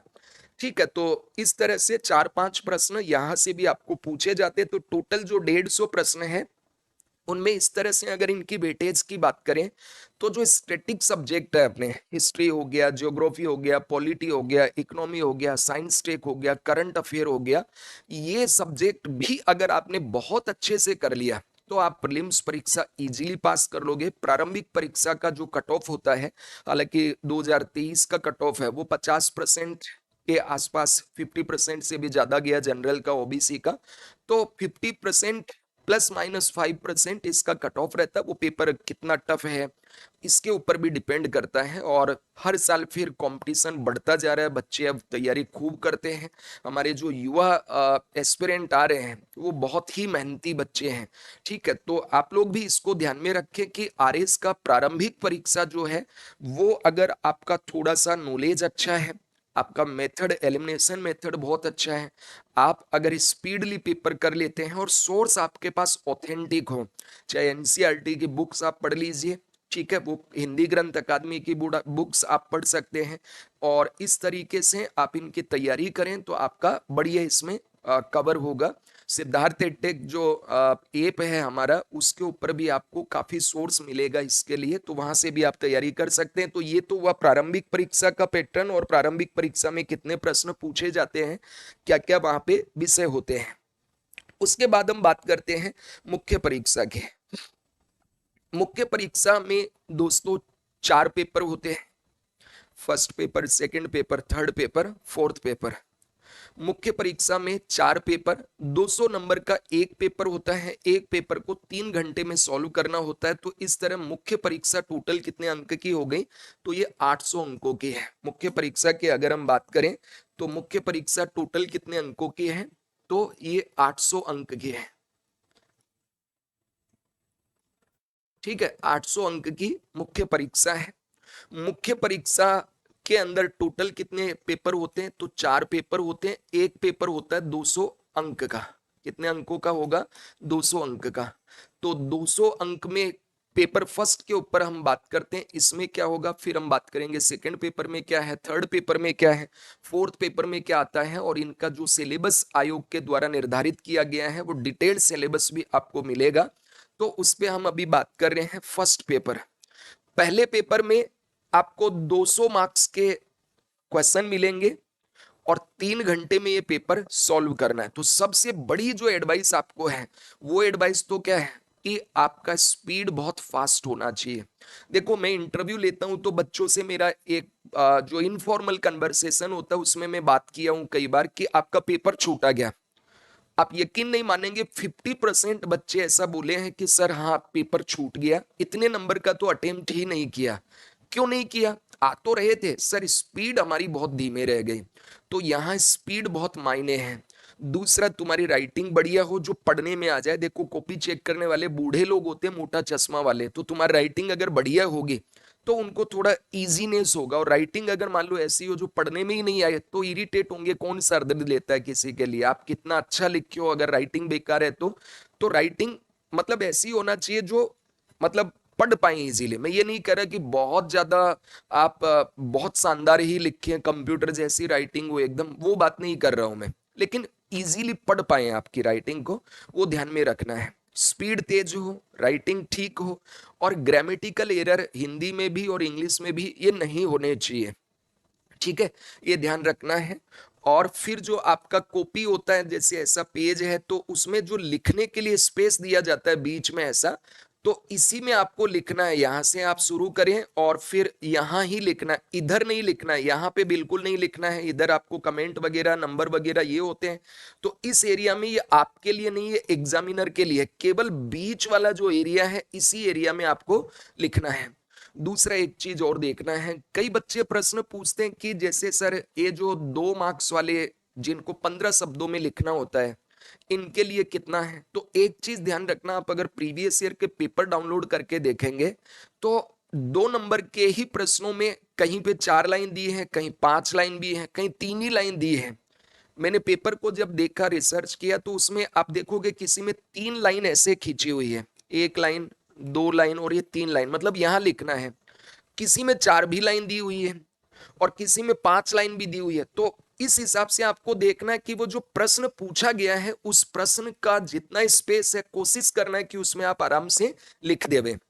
और मान लीजिए जहां पे एकदम टू दी पॉइंट ही लिखना है, जैसे आपसे प्रश्न पूछ ले मानव विकास सूचकांक के डायमेंशन क्या है, तो आप तीनों डायमेंशन लिख दो वहां पे, long and healthy life, knowledge and standard of living, बस हो गया, 3 है। अब आप चाहो तो इसको ऐसे भी लिख सकते हो, मानव विकास सूचकांक के ज्ञात करने के लिए 3 डायमेंशन है, पहला ये, दूसरा ये, तीसरा ये, बात तो एक ही है।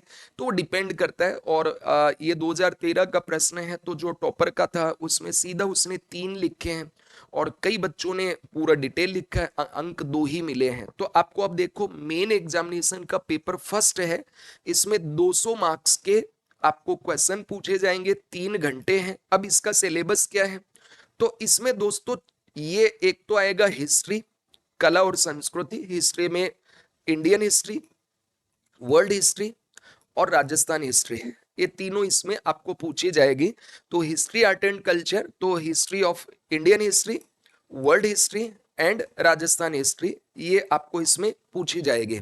फिर इकोनॉमी की बात करें तो इकोनॉमी में भी world economy, Indian economy and Rajasthan economy, ये तीनों चीजें आपको इसमें पूछी जाती है। फिर प्रबंधन यानी मैनेजमेंट, ठीक है, और लेखांकन और अंकेक्षण, ऑडिटिंग एंड अकाउंटिंग। तो मैंने जैसे बोला था ना कि आरएस किसी स्ट्रीम का एग्जाम नहीं है, इसमें कॉमर्स वाला भी है इसमें आर्ट्स वाला भी है और इसके अंदर साइंस की चीजें भी आपसे पूछी जाएंगी, तो इसलिए सबके लिए बराबर है। आपको पढ़ना होगा, जो सिलेबस इसका निर्धारित किया गया आयोग के द्वारा, वो चीजें सारी तैयार करनी है। तो इस तरह जो पहला पेपर है उसमें 3 प्रकार के क्वेश्चन आपको आएंगे। एक होते हैं जिनका उत्तर हमें 15 शब्दों में लिखना है, ठीक है। ऐसे 25 प्रश्न होते हैं, 25 क्वेश्चन होंगे इसमें। दूसरे वे हैं जिनका उत्तर हमें 50 वर्ड्स में लिखना है, ऐसे 16 क्वेश्चन होते हैं। और फिर इसके बाद में 10 मार्क्स वाले जो क्वेश्चन है, ठीक है, 10 मार्क्स वाले जो क्वेश्चन होंगे, ये 7 प्रश्न आपको पूछे जाते हैं। तो ये ध्यान रखना है, 3 तरह के प्रश्न आते हैं इसमें। 2 मार्क्स वाले जिनका 15 शब्दों में यानी 2-3 लाइन में उत्तर लिखना है। 50 शब्द वालों के लिए 8 लाइन दी जाती है। 16 जो मार्क्स वाले हैं उनके लिए, सॉरी 10 मार्क्स वालों के लिए 16 लाइनें दी जाती है। 16 लाइन मतलब ऐसे आपका जो लिखने वाला है, तो उस लिखने वाले में ऐसे 16 ये आपको स्पेस मिलेगा इस तरह से। ये जो है 16 यानी एक पेज से थोड़ा ज्यादा हो जाता है। और अगर 5 वाला मार्क्स वाला है तो ये 8 रहेंगे, ऐसे एक इस तरह से ये 8 आपको दी जाएंगी ऐसे, तो इनमें लिखना है। और 2 मार्क्स वाले के लिए कहीं कहीं 3 दी हुई है, कहीं 4 भी है, कहीं 5 भी आपको मैंने देखा है इसमें। तो ये आपको ध्यान रखना है। फर्स्ट पेपर में हिस्ट्री, फिर इकोनॉमी, मैनेजमेंट, ऑडिटिंग, अकाउंटिंग, और एक आपका इसमें सोशियोलॉजी, एक और है 5वां सोशियोलॉजी, ठीक है। 5वां जो इसमें पूछा जाता है वो सोशियोलॉजी है। तो 75 नंबर का तो हिस्ट्री, आर्ट एंड कल्चर आता है। 65 नंबर का राजस्थान की अर्थव्यवस्था और भारत विश्व की अर्थव्यवस्था, और 60 नंबर का sociology, management, auditing and accounting, ये सब आपको पूछा जाएगा। तो ये भी ध्यान रखना है। उसके बाद जो पेपर 2 है दोस्तों, पेपर 2 भी ये 200 मार्क्स का है, 3 घंटे का है। इसमें भी सेम वही 2 मार्क्स वाले, 5 मार्क्स वाले और 10 मार्क्स वाले क्वेश्चन होंगे। इसमें एडमिनिस्ट्रेटिव एथिक्स यानी प्रशासनिक नैतिकता, सामान्य विज्ञान और प्रौद्योगिकी, जनरल साइंस एंड टेक्नोलॉजी, पृथ्वी विज्ञान, अर्थ साइंस यानी ज्योग्राफी एंड जियोलॉजी है, ये चीजें इसमें पूछी जाएंगी। Administrative ethics, general science and technology, earth science यानी ज्योग्राफी एंड जियोलॉजी। और इसमें भी आपको 2 नंबर, 5 नंबर, 10 मार्क्स इस तरह के क्वेश्चन पूछे जाते हैं। अब हम बात करते हैं थर्ड पेपर की। थर्ड पेपर के अंदर दोस्तों वही 200 मार्क्स के आपको क्वेश्चन होंगे, 3 घंटे में लिखना है। क्वेश्चन का पैटर्न वही 2 मार्क्स वाला, 5 मार्क्स वाला, 10 मार्क्स वाला है। In this third paper, Indian constitution and political system, अंतरराष्ट्रीय संबंध और करंट अफेयर, सार्वजनिक प्रशासन या लोक प्रशासन और प्रबंधन, खेल, योग, व्यवहार और विधि। तो इंडियन कॉन्स्टिट्यूशन एंड पॉलिटी और इंटरनेशनल रिलेशन और current affair, public administration and management, sports, yoga and behaviour and law, ये चीजें आपको यहाँ पे पढ़नी है। तो ये हो गया आपका थर्ड पेपर। उसके बाद अगर फोर्थ पेपर की हम बात करें, चौथा जो पेपर होगा वो भी 200 मार्क्स का है, 3 घंटे में करना है। इसमें 2 भाषाएं आपको पूछी जाती है। 120 नंबर का तो होता है आपका हिंदी और 80 नंबर का होगा आपका अंग्रेजी। तो इस तरीके से आपका फोर्थ पेपर है। इसमें हिंदी और अंग्रेजी, पहले जब 2013 तक था तो तब तक तो राजस्थानी भाषा भी इसमें आती थी 20 अंकों की, लेकिन आजकल उसको हटा दिया और अब 120 का हिंदी और 80 नंबर का अंग्रेजी आपको ये पूछा जाएगा। तो ये 4 पेपर हो गए। तो मैंने आपको बताया जो मेन एग्जाम है उसमें टोटल कितने होंगे, 4 पेपर होंगे।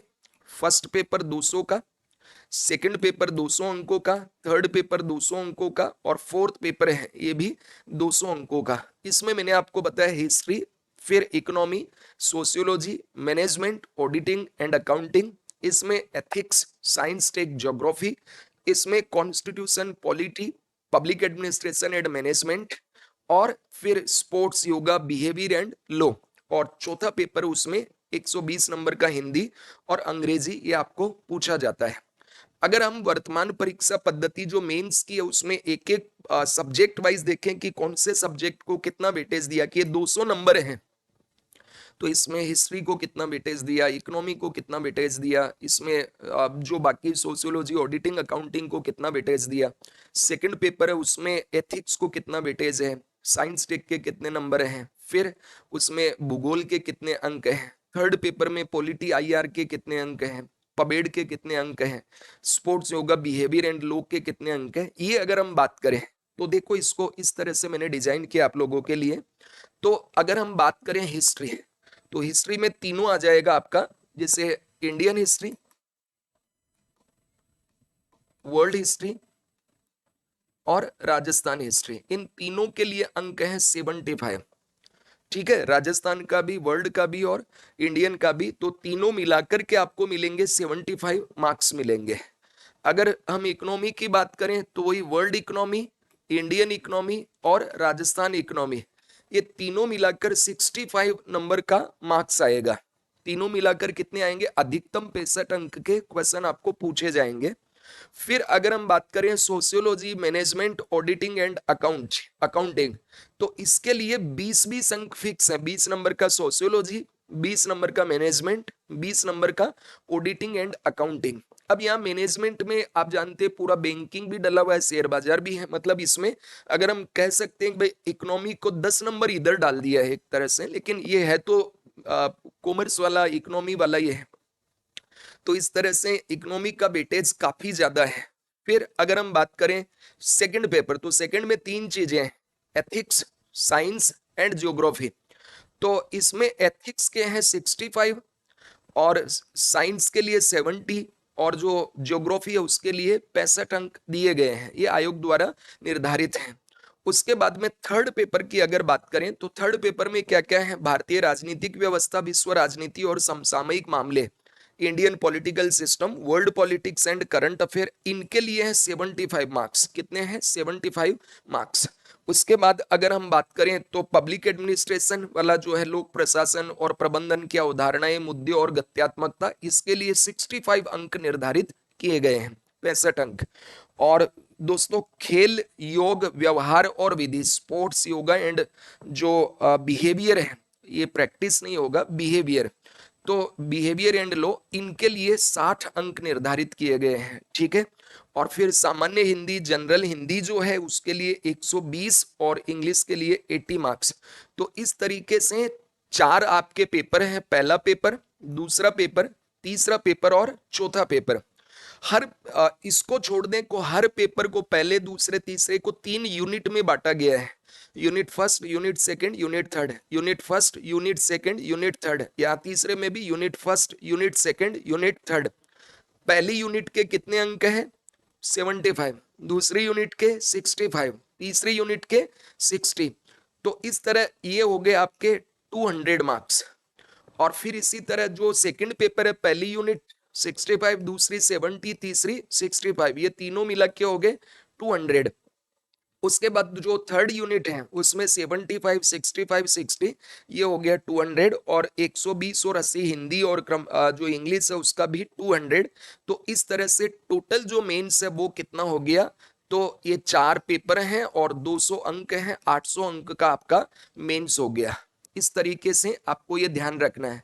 अब इसका थोड़ा और डिटेल देखें कि भाई ये जो फर्स्ट पेपर है, फर्स्ट पेपर में इकाई जो पहली है जिसमें हिस्ट्री है, इसमें कितने तो 5 नंबर वाले क्वेश्चन आते हैं, कितने 10 नंबर वाले आते हैं और कितने इसमें 2 नंबर वाले आते हैं। थोड़ा और अगर इसकी बात करें तो ये आपको और बेहतर तरीके से समझ में आएगा।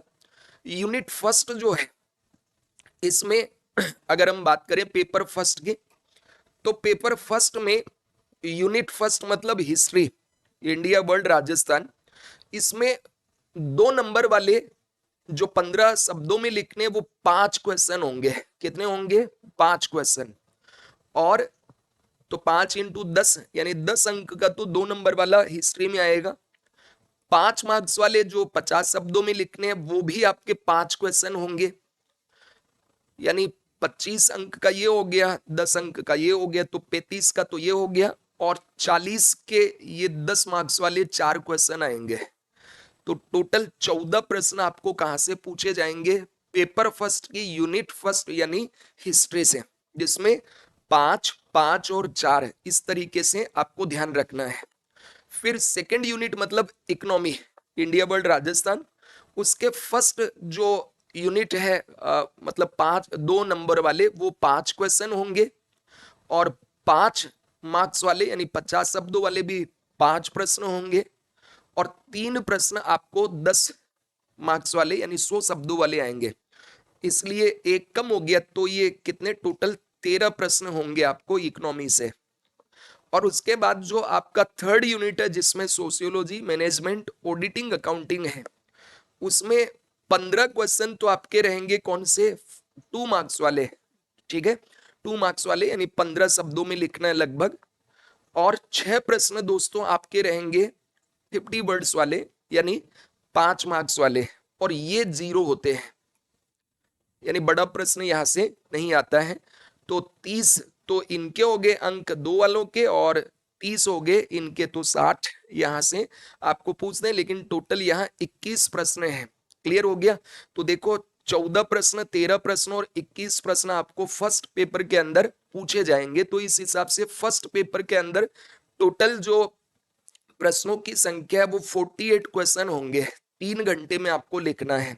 सामान्यतः मेरी बच्चों को ये सलाह रहती है कि पहले 2 नंबर वाले प्रश्न अटेम्प्ट कर लो, क्योंकि उनमें देखो नंबर बहुत फास्ट, मतलब एक तरह से मैथमेटिकल होता है कि भाई 2 नंबर का है, 50% भी है तो 1 नंबर आ गया। और अगर 10 नंबर वाले में 50% आता नहीं है, पहली चीज बहुत कम बच्चों के 50% आता है उसमें, तो जो 10 मार्क्स वाले हैं वो लास्ट में करने चाहिए। हाँ, अगर तुम्हें बहुत अच्छा आ रहा है तब तो कर लो। तो मेरी सलाह ये होती है कि पहले बच्चों को 2 नंबर वाले अटेम्प्ट करने चाहिए, उसके बाद 5 नंबर वाले प्रश्नों को टू दी पॉइंट लिखो, और 10 नंबर वाले हैं टू दी पॉइंट और सब्जेक्टिव दोनों तरह से लिखना चाहिए। मतलब मेरा ये सलाह होता है कि भाई 2 नंबर वालों में टू दी पॉइंट जो पूछा है वो लिख दो, इधर उधर की भूमिका कहानी कुछ मत लिखो। और जो 5 मार्क्स वाले यानी 50 शब्दों में जिनको लिखना है ये वाले, इनको भी टू दी पॉइंट लिखो, ज्यादा भूमिका वगैरह बनाने की इनमें आवश्यकता नहीं होती, पॉइंट वाइज लिखने पर फायदा होता है। और ये जो बड़े प्रश्न होते हैं 7 प्रश्न हिस्ट्री और 3 इकोनॉमी वाले, तो 4 तो हिस्ट्री के और 3 ये दोनों मिला के हो गए 7। इन 7 प्रश्नों के लिए आपको थोड़ा सा जो भी पूछा गया उसकी थोड़ी भूमिका, प्रश्न की डिमांड के अनुसार कि उसमें क्रिटिकली इवेलुएट पूछा है, एक्सप्लेनेशन पूछा है, इल्यूसिडेट पूछा है, लाइट ऑन पूछा है, जो प्रश्न पूछा गया उसकी भूमिका के अनुसार, यानी जो टेडलर शब्द होते हैं उनको ध्यान में रखते हुए डिमांड के अनुसार प्रश्न आपको लिखना है। क्योंकि वहां पे रिक्वायर्ड एंड रेशनल जो अभिव्यक्ति आप करोगे उसके आपको मार्क्स मिलेंगे। फ्लो चार्ट हो गया, डायग्राम हो गया, इनके माध्यम से अगर आप समझाते तो भी थोड़ा बेहतर माना जाता है। उसके बाद अगर हम बात करें पेपर 2 की, तो पेपर 2 में देखो 3 यूनिट मैंने आपको बताया, पहला एथिक्स, दूसरा साइंस और तीसरा ज्योग्राफी। पहला जो एथिक्स है इसकी हम बात करते हैं, तो इसमें 2 अंक वाले कितने क्वेश्चन हैं, 5, यानी 10 नंबर तो आपको मिलेंगे ये 2-2 मार्क्स वालों से, और 5 क्वेश्चन 25 नंबर के आपको रहेंगे 50 वर्ड वाले, तो 35 अंक तो इन दोनों के हो गए। और 3 प्रश्न बच्चों आपको मिलेंगे ये 10 अंक वाले। ठीक है, तो इस तरीके से टोटल 13 आपके क्वेश्चन हो गए 65 अंकों के लिए। 5 2 मार्क्स वाले, 5 5 मार्क्स वाले, और 3 जो हैं ये 10 मार्क्स वाले। तो इस तरह से टोटल कितने आपको मिले, 13। और फिर सेकंड जो यूनिट है that is science and technology, विज्ञान और प्रौद्योगिकी। तो विज्ञान और प्रौद्योगिकी में 2 अंक वाले तो आएंगे 5 क्वेश्चन। कितने आएंगे, 5 क्वेश्चन। और ये जो 5 मार्क्स वाले हैं यानी जिनका उत्तर 50 शब्दों में लिखना है, ये आपके रहेंगे 4 प्रश्न। कितने रहेंगे, 4 प्रश्न। और जो बड़े प्रश्न जो 10 मार्क्स वाले हैं 100 शब्दों वाले, वो रहेंगे दोस्तों 4। तो इस तरीके से यहां भी टोटल मिला दो तो कितना हो गया, देखो 5 4 9 और 4 13 क्वेश्चन आपको पूछे जाएंगे। और उसके बाद में थर्ड जो है दैट इज ज्योग्राफी। ठीक है, जियोलॉजी, तो उसमें ज्योग्राफी एंड अर्थ साइंस दिया हुआ आपको। तो इसमें 5 क्वेश्चन तो आपको कौन से पूछे जाएंगे, 2 मार्क्स वाले, और 5 प्रश्न आपको पूछे जाएंगे ये 50 वर्ड्स वाले या 5 मार्क्स वाले, और 3 प्रश्न आपको पूछे जाएंगे दोस्तों इसमें ये बड़े वाले जो कि 10 मार्क्स या 100 वर्ड्स वाले हैं। तो टोटल यहाँ पे भी 13 प्रश्न पूछे जाएंगे। इस तरह से टोटल जो number of question in paper second है वो कितने हो गए, 39। 3 घंटे के अंदर आपको ये सॉल्व करना है। तो आपकी स्पीड बहुत मायने रखती है, जैसे इसमें तो बहुत स्पीड चाहिए आपका, क्योंकि 48 क्वेश्चन है वो भी 3 घंटे आपको दिया हुआ है। ठीक है, तो इसमें जैसे यहाँ पे 7 ही हैं, यहाँ पे आपको टोटल 10 क्वेश्चन आपको अटेम्प्ट करने बड़े वाले। तो इधर छोटे वाले जो प्रश्न हैं वो ज्यादा आपको सॉल्व करने हैं। तो स्पीड एकदम फास्ट रखना है, राइटिंग ऐसी होनी चाहिए जो आराम से पढ़ ले, ग्रामेटिकल एरर भी नहीं करना है। डायग्राम वगैरह इस वाले में तो बहुत बनेंगे, जैसे यहाँ साइंस टेक में भी डायग्रामेटिक, ज्योग्राफी में भी डायग्रामेटिक लिखिए, ठीक है। इकोनॉमी में भी आप डायग्रामेटिक एक्सप्लेनेशन देंगे तो थोड़ा प्रभावी होता है, वक्त भी बचता है, स्पीड बढ़ जाती है आपकी और चीजें आसानी से समझ में आ जाती है। अब दोस्तों हम बात करते हैं थर्ड पेपर का, बाइफरकेशन करते हैं कि उसमें कितने प्रश्न कैसे कैसे आते हैं। तो जो पेपर थर्ड है, थर्ड पेपर में भी 3 यूनिट है। ये था भारतीय राजनीति, गत्यात्मकता और समसामयिक आईआर। फिर सेकंड था इसमें public administration and management. Third था इसमें sports, behaviour, yoga and law वगैरह था। तो पहला हम बात करते हैं Indian political system, constitutional and IR वाला, समसामयिक वाला। इसमें 2 मार्क्स वाले जो कि 15 वर्ड में उत्तर लिखने हैं, वो कितने क्वेश्चन आएंगे आपके? 5 क्वेश्चन। और इसमें जो 50 मार्क्स वाले यानी 50 शब्द वाले हैं, वो कितने क्वेश्चन आएंगे? तो दोस्तों इसमें आएंगे टोटल 5 क्वेश्चन। और इसमें जो 10 मार्क्स वाले हैं यानी 100 वर्ड्स में जिनका आंसर हमें करना है, वो टोटल आएंगे 4 क्वेश्चन। तो टोटल इसमें कितने क्वेश्चन हो गए? 14 क्वेश्चन। फर्स्ट ये पेपर थर्ड का यूनिट नंबर 1 जो कि पॉलिटी, कॉन्स्टिट्यूशन, आईआर का है। अब पेपर थर्ड का यूनिट सेकंड जो है वो है पब्लिक एडमिनिस्ट्रेशन एंड मैनेजमेंट। इसमें दोस्तों 5 क्वेश्चन तो आपको मिलेंगे 2 मार्कर जो कि 15 शब्द में आपको लिखना है, और 5 क्वेश्चन आपको मिलेंगे 5 मार्क्स वाले जिनका आंसर आपको 50 वर्ड में देना है, और 3 क्वेश्चन आपको मिलेंगे 10 मार्क्स वाले जिनका उत्तर आपको 100 वर्ड्स में देना है। तो टोटल यहाँ पे 14 के बजाय हो गए 13 क्वेश्चन पब्लिक एडमिनिस्ट्रेशन के लिए, ठीक है। उसके बाद में छोटे वाले सब्जेक्ट आगे, जैसे आपका हो गया sports, yoga, behaviour and law, खेल, योग, व्यवहार और विधि। तो खेल, योग, व्यवहार और विधि यानी तीसरे पेपर का तीसरा यूनिट, उसमें 15 क्वेश्चन आपको मिलेंगे 2 मार्क्स वाले, यानी जिनको 15-15 शब्दों में लिखना है, ठीक है। और फिर 6 क्वेश्चन आपको मिलेंगे दोस्तों 5 मार्क्स वाले जिनका उत्तर आपको लिखना है 50 वर्ड्स में। इनमें भी बड़े जो 100 वर्ड्स वाले हैं वो 0 आते हैं, मतलब ये यहाँ पे नहीं पूछे जाते। तो टोटल 21 क्वेश्चन आपके यहाँ पे हो गए। तो इस हिसाब से यहाँ पे भी टोटल आपके जो क्वेश्चन होंगे वो कितने हैं? 48 क्वेश्चन यहाँ आपको पूछे जाएंगे। 14 तो पॉलिटी वाले से, आईआर वाले से, 13 पब्लिक एडमिनिस्ट्रेशन से, और 21 आपको पूछे जाएंगे sports, yoga, behaviour and law से। तो यहाँ पे भी आपकी स्पीड बहुत मायने रखती है। ये पेपर थर्ड है और पेपर फर्स्ट है, यहाँ पेपर बच्चों का छूटता है, इसमें कोई दो राय नहीं है, चूंकि टाइम फिक्स है लेकिन क्वेश्चन ज्यादा है, ठीक है। और मजे की बात ये रहती है कि हर बच्चा फोर्थ पेपर के पीछे पागल रहता है कि इसमें तो मैं पहाड़ जैसा नंबर ले आऊंगा, खूब भर भर के लाऊंगा। तो दोस्तों आप भर भर के नंबर तो लाते हैं, कितने ले आओगे? 120, ज्यादा से ज्यादा जो टॉपर होते हैं 139 तक भी आए हुए हैं। लेकिन इसके चक्कर में जो आम स्टूडेंट है वो paper first, paper second, paper third पे उतना फोकस नहीं कर पाता है। तो 600 नंबर के तो वो भी है ना, तो हमें उनको भी इक्वल वेटेज देना है। अगर मान लो कि आप इन 3 सब्जेक्ट, 3 जो पेपर उनमें कम फोकस कर लेते तो चांसेस कम हो जाते हैं सिलेक्शन के। मैं ये नहीं कह रहा हूं कि आपको फोर्थ पेपर पे फोकस नहीं करना है, स्कोरिंग है, इजी है, आप आराम से नंबर ला सकते हैं। लेकिन आपको फर्स्ट, सेकंड, थर्ड के ऊपर भी ध्यान देना है। विशेषकर फर्स्ट और थर्ड जो है वहां मैंने देखा कि बच्चों के नंबर एवरेज से बहुत कम रहते हैं, क्योंकि लेंदी हैं दोनों ही। हिस्ट्री बहुत बड़ा, इकोनॉमी बहुत बड़ा, फिर सोशियोलॉजी, ऑडिटिंग, अकाउंटिंग, फिर थर्ड पेपर में बहुत बड़ा पॉलिटी, उसमें आईआर, फिर उसमें पब्लिक एडमिनिस्ट्रेशन, पूरा स्पोर्ट्स, योगा, बिहेवियर, लॉ। तो इस वजह से थोड़ा बड़ा हो जाता है और हम उन पे रुचि नहीं लेते हैं या सोचते कर लेंगे। और ये जो छोटे छोटे सब्जेक्ट है ना, जैसे सोशियोलॉजी, ऑडिटिंग, अकाउंटिंग, मैनेजमेंट, ठीक है, स्पोर्ट्स, योगा, बिहेवियर, लॉ, इनकी बात करें तो ये 120 नंबर के हैं, ठीक है, 60-60 नंबर के हैं ना। तो इनको आप जितना अच्छा कर सकते हो, इनमें बहुत अच्छे मार्क्स आते हैं, स्कोर बहुत अच्छा होता है, इसलिए इन पे फोकस रखना है। अब जो बच्चों फोर्थ पेपर है हमारा, तो फोर्थ पेपर में दोस्तों हिंदी आती है 120 अंक की, और इंग्लिश आता है 80 मार्क्स का, यानी 200 अंकों में। हिंदी की बात करें तो हिंदी के 3 पार्ट हैं। पहला पार्ट है व्याकरण, दूसरा पार्ट है अनुवाद और लेखन, और तीसरा है एसे राइटिंग, निबंध। तो ग्रामर अगर हिंदी की बात करें तो इसमें 25 क्वेश्चन जो आपको पूछे जाएंगे, ठीक है, वो रहेंगे 2 पर क्वेश्चन का मार्क्स। तो 25 क्वेश्चन इंटू 2 ये तो आपको पूछे जाएंगे व्याकरण से, ग्रामर से, जैसे मुहावरे हो गए, लोकोक्ति हो गई, ठीक है, विलोम शब्द वगैरह हो गए, इस तरह की चीजें आपको पूछे जाएंगे। तो ये कितने पूछे जाएंगे?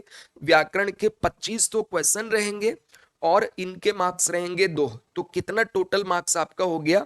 50 आपका ये हो गया पहले वाला इसका जो पार्ट है। अब दूसरा अनुवाद, ठीक है, जैसे हिंदी से इंग्लिश, इंग्लिश से हिंदी, और लेखन जैसे लेटर राइटिंग हो गया, प्रेसी राइटिंग हो गया, इस तरह के जो होते हैं ये आपको 5 क्वेश्चन होंगे टोटल। और एक जो क्वेश्चन है उसके लिए कितना अंक है? 10 अंक है। तो 50 अंक का हो गया दोस्तों ये वाला सेकंड पार्ट। और थर्ड में आपको एक निबंध लिखना है। तो एक तो क्वेश्चन होगा और उसका अंक होगा 20। तो इस तरीके से हिंदी के तीनों जो पार्ट है, part A, part B, part C, जो कि व्याकरण है, अनुवाद और लेखन है और निबंध है, ये मिला के हो गया 120 अंक, 120 मार्क्स। और उसके बाद इंग्लिश की बात करें तो इंग्लिश 80 मार्क्स का है। इसमें भी 3 पार्ट है, ये पहला, ये दूसरा और ये तीसरा। पहला पार्ट में ग्रामर है, दूसरे में कॉम्प्रिहेंशन है और तीसरे में कंपोजिशन है।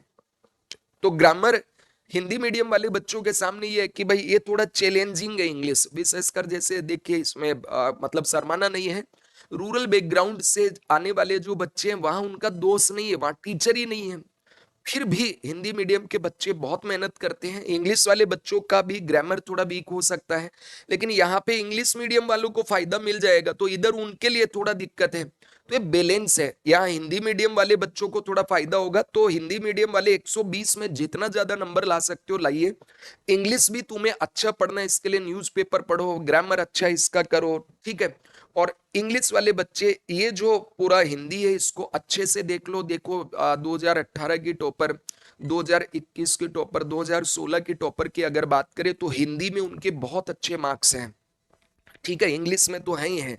और इंग्लिश मीडियम के बच्चे हैं उनका भी हिंदी में टॉपर्स का बहुत अच्छा स्कोर है। तो तुम आराम से कर सकते हो, क्योंकि देखो इंग्लिश मीडियम राजस्थान में है, बोलते तो अपन वही हिंदी में ही है, ठीक है। तो भाषा हमें इसलिए हिंदी आनी चाहिए क्योंकि तुम आरएस बनने के बाद जाओगे कहाँ? ब्लॉक लेवल पे किन से बात करोगे? गांव के गरीब लोगों से, ठीक है, जो हिंदी में बात करते हैं, जो मारवाड़ी में बात करते हैं। तो तुम्हें हिंदी भी आनी चाहिए, मारवाड़ी भी समझ आनी चाहिए और अंग्रेजी भी आनी चाहिए, क्योंकि जितना भी ऑफिशियल लेटर वगैरह होंगे वो तो इंग्लिश में ही यहाँ पे आते हैं।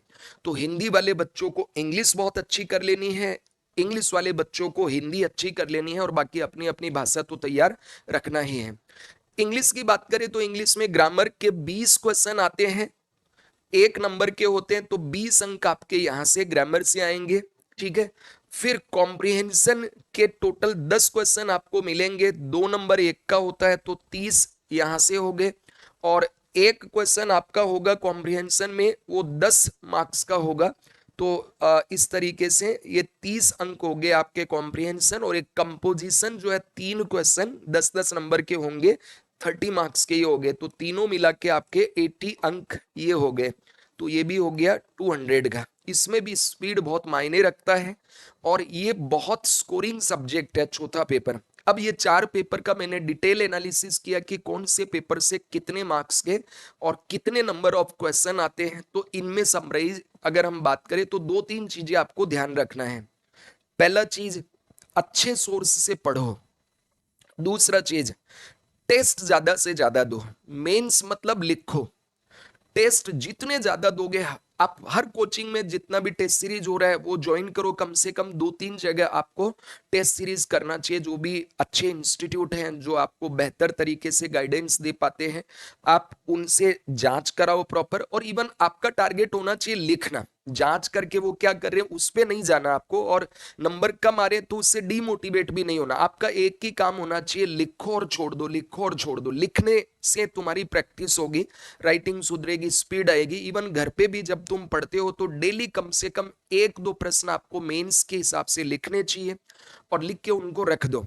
ठीक है, अपने दोस्तों को चेक करा दो, या जहां भी आप पढ़ रहे हैं उनको चेक करवा दीजिए, तो उससे थोड़ा आपका राइटिंग स्किल इंप्रूव होगा। क्योंकि प्रीलिम्स तो है, वो फैक्ट है, याद हुआ तो पास हो जाओगे, नहीं हुआ तो आपका क्वेश्चन गलत होगा। मेंस में पहली बार आपको लिखना होगा दोस्तों, और यहाँ पे बहुत कम टाइम है आपके पास, 3 घंटे, और कितने सारे सब्जेक्ट। जैसे पहले बात करूं, पेपर फर्स्ट हिस्ट्री है, उसमें भी इंडिया वर्ल्ड राजस्थान पूरा का पूरा पढ़ना है। और फिर आप इकोनॉमी में भी India world Rajasthan, sociology, management, auditing, accounting, तो इतना आपको ब्रेन स्टॉर्मिंग करना होता है 3 घंटे में, और लिखना है, एक एक पल कीमती होता है आपके लिए। तो इसके लिए जरूरी है कि ज्यादा से ज्यादा टेस्ट सीरीज आप लिखो, ज्यादा से ज्यादा राइटिंग प्रैक्टिस करो, अपने आप ही आप बेहतर कर पाओगे। और दूसरा चीज, फिर अच्छा सोर्स भी होना चाहिए पढ़ने के लिए। आपके जो भी स्टडी मटेरियल है वो भी ऑथेंटिक होना चाहिए। एनसीईआरटी जो राजस्थान बोर्ड की हिंदी ग्रंथ अकादमी का है, या आप किसी कोचिंग से पढ़ रहे हैं तो उसके नोट्स वगैरह उन पे ट्रस्ट करो। एक पुस्तक को बार बार पढ़ो, ना कि 10 पुस्तकें पढ़ो। बच्चे होते हैं कलेक्टर नहीं बनना चाहते, पहले वो नोट्स कलेक्टर बनते हैं, तो इधर उधर के नोट्स उठा लेंगे सारे, और फिर वो कचरा इतना सारा इकट्ठा कर लेते, कोई सा पढ़ते नहीं। तो एक ही टेक्स्ट पढ़ो, उसी पे ट्रस्ट रखो, उसको 10 बार पढ़ लो, बार बार पढ़ो, याद होगा वो। ये स्ट्रेटजी आपको ध्यान रखना है। और टेस्ट ज्यादा से ज्यादा दोगे तो अपने आप ही आपका मेंस भी क्लियर होगा। ठीक है, तो इस तरीके से दोस्तों ये हो गया आपका मेंस के बारे में। अब मेंस में जो पेपर है, इसके डिटेल सिलेबस की अगर हम बात करें, तो डिटेल सिलेबस जैसे फर्स्ट पेपर में मैंने आपको केवल यहाँ पे बताया हिस्ट्री है, तो राजस्थान की हिस्ट्री में क्या होगा, इंडियन हिस्ट्री में क्या पूछा जाएगा, वर्ल्ड हिस्ट्री में क्या आएगा, इंडियन इकोनॉमी में क्या है, वर्ल्ड इकोनॉमी में क्या है, राजस्थान इकोनॉमी में कौन से टॉपिक हैं। इसी तरह जैसे सोशियोलॉजी में क्या पढ़ना है, ऑडिटिंग अकाउंटिंग में क्या पढ़ना, हर सब्जेक्ट में भी आपको अंदर दिया हुआ है। तो ये पूरा काफी बड़ा होता है ये क्लास, इसलिए मैंने क्या किया, इसका डिटेल्ड सिलेबस है वो आप गूगल प्ले स्टोर से हमारा ऐप डाउनलोड कर सकते हैं, सिद्धार्थ एडटेक, और यहां पर जाके आप जो है इसका सिलेबस आप देख लीजिए, वहां पे आपको डिटेल सिलेबस होगा। हर बच्चे को सिलेबस टिप पे याद होना चाहिए कि पेपर फर्स्ट में ये सब्जेक्ट है, इकोनॉमी में ये है, हिस्ट्री में ये है, सोशियोलॉजी में ये है। अगर तुम्हें सिलेबस ही याद नहीं है तो तुम पढ़ोगे क्या। तो सिलेबस तुम्हारे टिप पे होना चाहिए कि इकोनॉमी में जैसे एग्रीकल्चर है, इंडस्ट्री है, सर्विस सेक्टर है, फिर ये टॉपिक है, ये टॉपिक, इसमें आपको क्या पढ़ना है। वरना तो टीचर्स भी कई बार क्या करते हैं, स्किप कर देते हैं, और आप सोचते हो कोर्स हो गया हमारा। तो ये ध्यान रखना है, मेहनत करना है, स्मार्ट मेहनत करना है। तो सिलेबस डिटेल आपको यहाँ पे मिल जाएगा। आप सिद्धार्थ एटेक का जो ऐप है वहां पे जाके देख लीजिए। अब आपने प्रीलिम्स पास कर लिया, मेंस भी पास कर लिया, फिर आप तीसरे चरण में पहुंचते हैं दोस्तों, उसको बोलते हैं इंटरव्यू, साक्षात्कार। पहली बार आयोग के सामने आप इंटरव्यू में पहुंचते हैं, यानी आपका प्रीलिम्स हो गया, आयोग ने आपको नहीं देखा, आपका मेंस हो गया, आयोग ने आपकी कॉपियां भौतिक तौर पे मंगवा के चेक की। अब वो कह रहे हैं कि तुम खुद ही सामने आके अपने बारे में बताओ कि तुम कौन हो भाई। तो तुम्हारा बायोडेटा हो गया, तुम्हारी स्किल्स हो गई, तुम्हारी हॉबीज के माध्यम से हो गया, तुम जिस जिले के रहने वाले उसकी जानकारी हो गया, देश विदेश की घटनाओं के मुद्दों पर तुमसे बातचीत करके वो ये देखते हैं कि तुम इतनी छोटी सी एज के व्यक्ति हो, क्या तुम्हारे अंदर ये पोटेंशियल है कि तुम्हें एक एसडीएम या तुम्हें आरपीएस जैसी पोस्ट दे दी जाए। तो ये कुछ भी नहीं है इंटरव्यू। इंटरव्यू मतलब खुद का आत्म परीक्षण है, एक तरह से तुम अपने बारे में उनको बता रहे हो। ठीक है, तो ये साक्षात्कार हो गया, 100 नंबर का होता है। इसमें इसमें क्या क्या पूछा जाता है, तो एक हो गई आपकी हॉबीज के बारे में, एक हो गया आपके डिस्ट्रिक्ट के बारे में, एक हो गया आपकी जो कॉलेज की एकेडमिक्स वगैरह हैं उसके बारे में। इसके बाद में दोस्तों आपसे जितनी भी समसामयिक घटनाएं हैं उनके बारे में प्रश्न पूछ लेते हैं। जो भी चर्चित मुद्दे देश में चल रहे हैं, विदेश में चल रहे हैं, उन पर आपका व्यू जाना जाता है। राजस्थान की कल्चर, राजस्थान की जनजातियां, राजस्थान की प्रॉब्लम, आपके डिस्ट्रिक्ट की प्रॉब्लम, इनके ऊपर आपके व्यू जाने जाते हैं। कोई केस स्टडी के ऊपर आपसे प्रश्न हो सकते हैं। इंटरव्यू का मेरा काफी लंबा अनुभव रहा है। मैंने बहुत सारे बच्चों के अभी तक इंटरव्यू लिए हैं। Madhya Pradesh PSC, UP PSC, Chhattisgarh PSC, Bihar PSC, इसके अलावा गुजरात पीएससी, यूपीएससी और आरपीएससी, इनका काफी लंबा अनुभव मुझे रहा है, क्या क्या क्वेश्चन पूछे जाते हैं। तो आरएस इंटरव्यू के ऊपर मैं अलग से क्लास लेके आऊंगा, ताकि आपको पूरा उसमें जानकारी हो कि क्या पढ़ना है, कितना जानकारी होना चाहिए इंटरव्यू के लिए। क्योंकि इंटरव्यू की तैयारी एक दिन में नहीं होती है, इंटरव्यू तो रोज की है। जैसे आज आप बात कर रहे हैं तो भी आपका एक तरह से इंटरव्यू स्किल्स हो रही है। याद करो आपकी जिंदगी में पहला इंटरव्यू कब हुआ होगा जो सबसे खतरनाक था, लेकिन सबसे इंटरेस्टिंग था, आपको लालच देके करवाया गया होगा। तो वो इंटरव्यू दोस्तों आपका होता है बचपन में, जब आपके पड़ोसी या रिश्तेदार आपसे आते हैं और आप चुन्नू जैसे होते हैं छोटे छोटे। तो वो आपसे पूछते हैं तुम्हारा नाम क्या है, तुम्हारे पापा का नाम क्या है, तुम कौन सी स्कूल में जाते हो, अच्छा क्या पढ़ते हो, तुम्हारे प्रिंसिपल का नाम क्या है, तुम्हारी मैडम का नाम क्या है। वो तुम्हारी जिंदगी का पहला इंटरव्यू होता है, जो फॉर्मल तरीके से या इनफॉर्मल तरीके से तुम्हें टॉफी का लालच देके दिया जाता है। कई बच्चे जो मैरिड हैं, तो जब पहली बार लड़का लड़की मिलते हैं वो भी एक इंटरव्यू होता है, आप कन्वर्सेशन करते हैं इनफॉर्मल तरीके से, वो भी खतरनाक इंटरव्यू होता है दोस्तों। ये आपके करियर का सबसे बेस्ट इंटरव्यू है, जिससे आप बनते हैं सीधे आरएस, जिससे बनते हैं आप आरपीएस। ठीक है, तो इसमें आपको इतना पढ़ना होगा या बहुत कुछ करना होगा या बहुत अच्छी ड्रेस होनी चाहिए, ऐसा कुछ नहीं, आप जैसे हैं वैसे रहिए।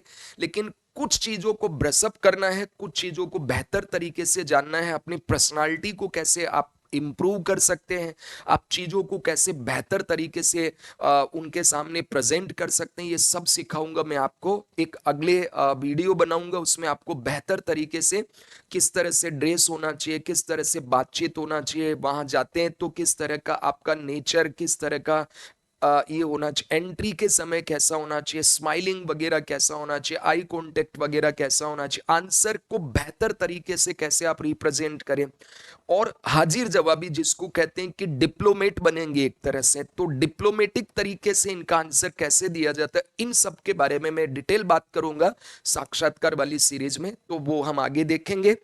खैर, तो तीनों चरण आपने पास कर लिए, प्रीलिम्स परीक्षा पास हो गई, देन आपने मेन परीक्षा पास कर ली, और फिर आपने साक्षात्कार इंटरव्यू भी पास कर लिया। ठीक है, तो इस तरीके से आपने आरएस परीक्षा का पैटर्न देखा। अब इस पैटर्न को एक साथ में आपको दिखा रहा हूं, प्रारंभिक, मुख्य और इंटरव्यू। तो मैंने आपको कहा stage first, that is preliminary examination, प्रारंभिक परीक्षा। 150 क्वेश्चन होते हैं, 3 मार्क्स का होता है, 3 आवर्स में कंप्लीट करना पेपर, 200 मैक्सिमम मार्क्स है, ऑब्जेक्टिव होगा पूरा। इसमें आपको मैंने बताया था 12 चीजें आपको पढ़ना है। एक राजस्थान का और भारत का ये राज व्यवस्था और भारत का संविधान, पॉलिटी, इंडियन कॉन्स्टिट्यूशन और राजस्थान पॉलिटी, फिर economy India world Rajasthan, history art and culture India Rajasthan, geography India world Rajasthan, पर्यावरण पारिस्थितिकी environment ecology, science and technology Rajasthan का, इतिहास कला संस्कृति राजस्थान की, अर्थव्यवस्था राजस्थान का, भूगोल, मैथ रीजनिंग और करंट इंडिया वर्ल्ड राजस्थान का। ये आपको प्रीलिम्स के लिए पढ़ना है। उसके बाद में दोस्तों, अब आप ये पास कर लिए तो सेकेंड स्टेज में आप जाते हैं, that is main examination. Main exam में टोटल कितने पेपर होंगे, पहला, दूसरा, तीसरा और चौथा, यानी 4 टोटल आपके पेपर होंगे। और टोटल एक पेपर के लिए आपको 200 मार्क्स है, तो चारों के लिए मिलेगा 800। ठीक है, इसमें प्रश्न 3 प्रकार के होते हैं, 2 मार्कर, 5 अंक वाले, 10 मार्क्स वाले। तो 5 ये 2 मार्क्स वाले हैं, 15 शब्दों में लिखना है, 5 मार्क्स वाले हैं उनका 50 वर्ड्स में लिखना है, और 10 मार्क्स वालों को 100 में लिखना। अब ये नहीं है कि वो काउंट करते 15 ही लिखा, 50 ही लिखा, 100 ही लिखा, जितना रेशनल रिक्वायर्ड आंसर है, तार्किक तौर पे जितना जरूरत आपको लिखना है उतना आपको अवश्य लिखना वहां पे। तो जैसे 100 शब्द वाला है, मान लो आपने 150 लिख दिया, तो ऐसा नहीं है कि आपको दिक्कत हो जाएगी, अगर जरूरत था तो 150 भी लिखना चाहिए। और मान लो उसका आंसर ही 50 शब्द में ही है, तो 50 ही लिख दो उसके बारे में। ठीक है, लेकिन आपको ये नहीं करना कि 100 होते ही छोड़ देना है या 15 होते ही छोड़ देना, जितना जरूरत है उतना तो आपको उसमें लिखना चाहिए। वो आपको अपने आप आ जाएगा, जब सामने क्वेश्चन होगा तो अपने आप ही आपको आएगा कि हाँ ये इसका ये उत्तर होना चाहिए। किस तरीके से होगा आंसर राइटिंग, इस पे भी मैं एक वीडियो बनाऊंगा। आंसर राइटिंग कैसे करें, टेडलर वर्ड्स के को कैसे अटेम्प्ट करें, पॉइंट वाइज कब लिखे, कब उसको एक्सप्लेनेशन करके डिटेल लिखना, इनके बारे में भी इसी चैनल पे आपको ये क्लास मिलेगी जल्द ही। तो अब हम बात करते हैं, इसमें 3 टाइप के प्रश्न हैं। 15 शब्दों में उनके लिए 2 मार्क्स, 50 शब्द में उनके लिए 5 अंक, 100 वर्ड्स में जिनके लिए 10 मार्क्स आपको मिलेंगे। पहले पेपर में मैंने आपको बताया कि जो फर्स्ट पेपर है उसमें पहला यूनिट है history, art and culture, Rajasthan, India और वर्ल्ड का। सेकंड यूनिट है इकोनॉमी, वर्ल्ड, इंडिया, राजस्थान का। थर्ड यूनिट है उसमें sociology, management, auditing and accounting. Then second paper है उसमें एडमिनिस्ट्रेटिव एथिक्स, सामान्य विज्ञान, general science and technology, earth science, geography and geology. Third paper unit number 1 भारतीय राजनीतिक व्यवस्था, विश्व राजनीति और समसामयिक मामले, Indian political system, world politics and current issues. Second unit third paper that is public administration and management. और third जो है sports, yoga, behaviour and law.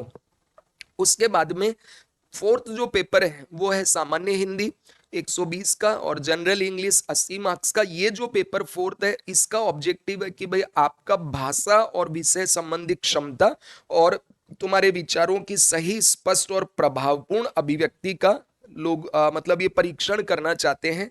तो ये इस तरीके से आपने मेंस परीक्षा भी पास कर ली। अब दोस्तों आप किस में जाते हैं, तो अगला आपका जो चरण आएगा वो आपका अगला जो चरण है वो है आपका ये इंटरव्यू वाला, यानी थर्ड चरण आपका आ जाएगा दैट इज इंटरव्यू। तो इंटरव्यू के लिए मैंने आपको बताया मैक्सिमम मार्क्स कितने हैं, तो 100 मार्क्स हैं। 800 तो आपके मेंस के हो गए, 4 इंटू 200 बराबर 800 अंक। अब इसके बाद में आप जाएंगे साक्षात्कार। तो जो फाइनल परिणाम आपका बनता है, ठीक है, उसमें थर्ड स्टेज इंटरव्यू के भी 100 अंक जुड़ेंगे। तो प्रारंभिक परीक्षा ऑब्जेक्टिव होता है, मेंस में फाइनल मेरिट में नंबर नहीं जुड़ते हैं, केवल स्क्रूटनी है। ये जो सेकंड स्टेज है मेंस सब्जेक्टिव होगा, 4 पेपर होंगे 200-200 अंक के, 800 अंक मिलेंगे। स्टेज थर्ड इंटरव्यू होगा, कुल 100 अंक का होगा। अब फाइनल जब रिजल्ट बनता है तो उसमें मेंस के 800 अंक और इंटरव्यू के 100 अंक जुड़ के टोटल आपके 900 मार्क्स का ये बनेगा। ठीक है, इस तरीके से आपका ये फाइनल तीनों स्टेज हो गए। इसमें 2-3 चीजें आपको ध्यान रखना है। प्रारंभिक परीक्षा के अंक जो फाइनल मेरिट सूची उसमें नहीं जोड़े जाते हैं, ये केवल मेंस के लिए एक स्क्रूटनी टेस्ट होता है बच्चों का। मुख्य परीक्षा लिखित होती है सब्जेक्टिव, और एक दिन में 2 प्रश्न पत्र होते हैं 3-3 घंटे के। तो 3 घंटे का पहला प्लस 3 घंटे का पहला, मतलब तुम्हें 6 घंटे लिखने की आदत होनी चाहिए, ये भी ध्यान रखना है। तुम 1 घंटे की क्लास लेते हो उसमें बोर हो जाते हो या थक जाते हो, तो भैया आरएस के लिए थोड़ा एक बार सोच लेना। तुम्हें कम से कम 6 घंटे पढ़ने की स्टेमिना हो, 6 घंटे लिखने का तुम्हारा ये जो उंगलियां हैं इनसे पूछना क्या तुम्हें 6 घंटे लिखने की काबिलियत है, तो ये अंदर से बोलेगा हाँ है लिखो, तो तुम आ जाना। क्योंकि यहां तुम्हें 6 घंटे लिखना ही पड़ेगा और स्पीडली चलेगा, वहां पे राइटिंग भी बढ़िया हो, ग्रामेटिकल एरर भी नहीं हो। जितना ज्यादा स्पीड से जितना अच्छा लिखोगे उतना मार्क्स मिलेगा, उतना अच्छा रैंक आएगा। वरना तो नीचे सबऑर्डिनेट में लटक जाओगे तो फिर देते ही रहोगे एग्जाम। ठीक है, तो 3 घंटा ये पहला दिन का हुआ। अब सेकेंड डे है, उसमें तीसरा पेपर और चौथा पेपर, 3-3 घंटे बैठना है, 6 घंटे। ठीक है, तो पहले दिन कौन सा, फर्स्ट और सेकंड पेपर, अगले दिन होता है थर्ड और फोर्थ पेपर। 2 दिन में आपका पूरा एग्जाम कंप्लीट हो जाता है। फिर फाइनल मेरिट जो बनती है मुख्य परीक्षा और साक्षात्कार के अंकों पर बनता है, 800 प्लस 100 900 में निकलता है। और आयु सीमा शैक्षणिक योग्यता, तो न्यूनतम आयु 21 वर्ष, अधिकतम आयु 40 वर्ष। आयु फिर रिलैक्सेशन भी मिलता है, तो SC ST OBC MBC EWS पुरुष को 5 वर्ष मिलेगा यानी 45 साल, महिला है तो 50 साल। ठीक है, फौजी भाई है तो अगर वो स्टेट सर्विसेज में जाना चाहते हैं तो 10 वर्ष की छूट यानी 50 साल, और सबऑर्डिनेट में तो 15 वर्ष यानी 55 साल तक वो एग्जाम दे सकते हैं। अगर आप DC कैटेगरी के हैं, डिपार्टमेंटल कैटेगरी, मतलब जो ऑलरेडी काम कर रहे हैं, जैसे टीचर है 3rd ग्रेड या 1st ग्रेड, इस तरह मतलब डिपार्टमेंटल है, रोजगार कर रहे हैं, सरकारी नौकरी, और आप देना चाह रहे हैं तो 5 वर्ष आप 45 ईयर तक दे सकते हैं, मतलब 5 वर्ष आपको भी रिलैक्सेशन मिलता है। ऐसी जो बहनें हैं, जो विधवा हैं, परित्यक्ता हैं, या मान लीजिए डाइवोर्सी है, तो उनके लिए मिनिमम एज तो 21 है, बट जो अपर एज है उसका लिमिट नहीं है, रिटायरमेंट के पहले तक एग्जाम दे सकती है, ये ध्यान रखना है। SC ST महिला जो है, SC ST OBC EWS MBC, उनको 10 वर्ष यानी 50 साल तक वो दे सकते हैं। PH के लिए मैंने आपको बता दिया था 10 साल, 13 साल और 15 साल। ये जैसे OBC के लिए जनरल के लिए अगर PH है तो 10 वर्ष है, OBC के लिए 13 वर्ष है, SC ST के लिए 15 वर्ष की छूट है। ये मैंने आपको बताया था। अब आता है कि भाई कई बच्चों का प्रश्न है कि सर RS जब हम चयनित हो जाते हैं तो हम बनते क्या हैं, कौन सी वैकेंसी, कौन सी पोस्ट हमारे लिए होती है। ठीक है, तो दोस्तों इसमें देखो, ये तो है स्टेट सर्विसेज, इनको क्या बोलते हैं, स्टेट सर्विसेज। ठीक है, क्या बोलते हैं इनको, राज्य सेवाएं। तो राज्य सेवाएं जो होती हैं, जैसे ये हो गया RS सबसे बड़ा, तो ठीक है, राजस्थान एडमिनिस्ट्रेटिव सर्विसेज। फिर हो गया राजस्थान पुलिस सर्विसेज, इसको बोलते हैं हम RPS। फिर Rajasthan account services, Rajasthan cooperative services, Rajasthan planning services, Rajasthan prison services jail सेवा, Rajasthan industry services, Rajasthan state insurance services, Rajasthan commercial tax services.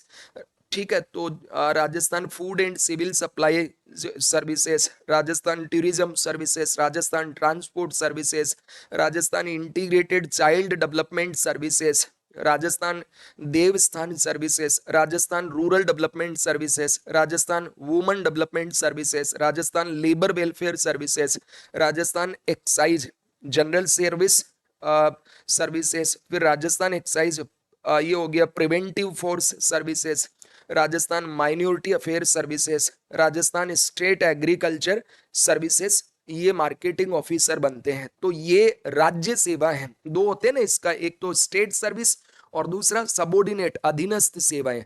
तो ये जो सर्विसेज हैं वो तो हैं स्टेट सर्विसेज। अब जितनी तुम्हारी अच्छी रैंक आएगी उस हिसाब से, और फिर तुम किस कैटेगरी में हो, ठीक है, इन सब के आधार पे तुम्हें ये वैकेंसी मिलती है, तुम्हारी प्रेफरेंस होती है। कुछ बच्चे हैं जिनको मान लो फर्स्ट चॉइस ये होता है, सेकंड चॉइस मान लो उन्होंने इसको दिया, थर्ड RTS भर देते हैं जिनको पुलिस में नहीं जाना। कुछ बच्चे पुलिस में ही जाना पसंद करते हैं तो फर्स्ट इसी को रखते हैं, ठीक है, सेकंड इसको देते हैं, थर्ड ये देते हैं। तो इस तरह से अपनी अपनी चॉइस है, लेकिन ये कब किसको मिलेगा, तो जिसका जितना अच्छा रैंक आएगा, और फिर कैटेगरी के अनुसार, चूंकि इसमें वर्टिकल और हॉरिजॉन्टल रिजर्वेशन भी होता है, उस पर कभी फिर बात करेंगे, तो उस हिसाब से तुम्हें इसमें ये सर्विस अलोकेट होती है। ठीक है, और अगर सबोर्डिनेट सर्विसेज की बात करें तो सबोर्डिनेट सर्विसेज में दोस्तों जैसे राजस्थान देवस्थान सबोर्डिनेट सर्विसेज हो गया। फिर अगर हम बात करें तो Rajasthan cooperative subordinate services, Rajasthan tehsildar services, ये भी बहुत डिमांडिंग होती है, क्योंकि हर बच्चा इसमें क्या सोचता है कि भाई चलो तहसीलदार मिल जाए तो थोड़े 8-7 साल में प्रमोशन होके SDM बन जाएंगे, तो इसलिए ज्यादा इसमें बच्चे लेते हैं राजस्थान तहसीलदार सर्विसेज। फिर Rajasthan excise subordinate services, Rajasthan planning subordinate services, Rajasthan industry subordinate services, Rajasthan commercial tax subordinate services, Rajasthan food and civil supply subordinate services, Rajasthan land and building tax subordinate services, Rajasthan integrated child development subordinate services, social justice and employment subordinate services, provision and prison welfare officer, फिर social justice and empowerment subordinate services, social security officer इसको बोलते हैं, Rajasthan labour welfare subordinate services, Rajasthan minority affair services program officer इसमें बनता है, and Rajasthan agriculture subordinate services junior market officer, ये अधीनस्थ सेवाएं कहलाती हैं। तो जो भी आपकी रैंक आएगी उस रैंक के अनुसार आपको ये सर्विसेज अलॉट की जाती है। आप तैयारी कीजिए, तैयारी करने से जो भी आपकी रैंक आएगी वो उसके अकॉर्डिंग आपको ये एलोकेट कर दी जाएगी। अब ये कि कई बार बच्चे होते हैं कि इनमें मान लो ये सबोर्डिनेट सर्विसेज आती हैं तो कई बच्चे होते हैं ज्वाइन करे ना करें, मेरा हमेशा यही सुझाव है, अगर नौकरी मिल गई ज्वाइन जरूर करो, कुछ तो अनुभव मिलेगा, और फिर जब तक तुम्हारा RS में चयनित नहीं हो जाते हो तो तब तक एग्जाम देते रहना, लेकिन पहली बार इतनी अच्छी मेहनत कर लो कि तुम्हारा चयन इसमें शानदार तरीके से हो, अच्छी रैंक के साथ हो, तो मान लो कि तुम्हें बेहतर पोस्ट, तुम्हारी जो डिजायर्ड पोस्ट है वो मिले, पोस्ट मिले। देखो कई बार तो ऐसा भी होता है कि आरएस बनने के बाद भी व्यक्ति बैठता नहीं, वो आईएएस की ओर भागता है। तो तुम्हें बस ये ध्यान रखना है कि तुम्हारा अंतिम टारगेट क्या है। वैसे हर बच्चे को आरएस बनना होता है, आरपीएस बनना होता है, चूंकि उसका काम इसमें बहुत ज्यादा है, काम करने के अवसर, अपॉर्चुनिटी बहुत ज्यादा है, तो हर कोई चाहता है कि भाई मुझे आरएस में ही चयन मिल जाए। तो अब आरएस तो हर कोई बन नहीं पाता है, चूंकि आरएस की वैकेंसी भी कम आती है, आरपीएस की भी वैकेंसी कम आती है, पोस्ट वगैरह। लेकिन फिर भी जो भी तुम्हें इसमें आरएस में मिलता है, आपको ज्वाइन करना चाहिए। ये वो रास्ता देता है दोस्तों, जिससे आप गरीब व्यक्तियों के जीवन में सुधार ला सकते हैं। आपका खुद का लाइफ बहुत चेंज हो जाएगा, सोसाइटी में आपको रिकॉग्निशन मिलेगी, लोग आपको उम्मीदों की नजर से देखेंगे। ऐसे रिश्तेदार जो कभी आपको पसंद नहीं करते, वो भी अपॉइंटमेंट लेने के लिए तरसेंगे। ऐसे लोग जो आपको जानते नहीं है, वो भी आपसे रिश्ते बनाने लगेंगे। पता तुम मेरी कॉलेज में उस क्लास में पढ़ते थे, मैं तुम्हारा इतना सीनियर था या इतना जूनियर था। या लोग इस तरह से बोलेंगे कि ये जो बना ना, वो मेरा मामा का, मौसा का, फूफा की लड़की का बेटा है। यानी इतना ज्यादा आकर्षण होता है, लोग अपनी पहचान आपसे बताने लगते हैं। और जब तक हम नहीं बनते हैं, कोई हमें भाव नहीं देता है। इसलिए अपने लिए, अपने राज्य के लिए, अपने परिवार के लिए, अपने देश के लिए, अपनी पहचान से देश की पहचान, अपने कर्मों से हम ये अधिकारी बनेंगे। और फिर अपने जो कर्तव्य पथ पे जब हम जाएंगे, उसके बाद गरीब लोगों के लिए, देश के जो लोग हैं उनके उत्थान के लिए तुम काम करोगे। इतनी महत्वपूर्ण सेवाएं होती है, प्रशासनिक सेवाएं।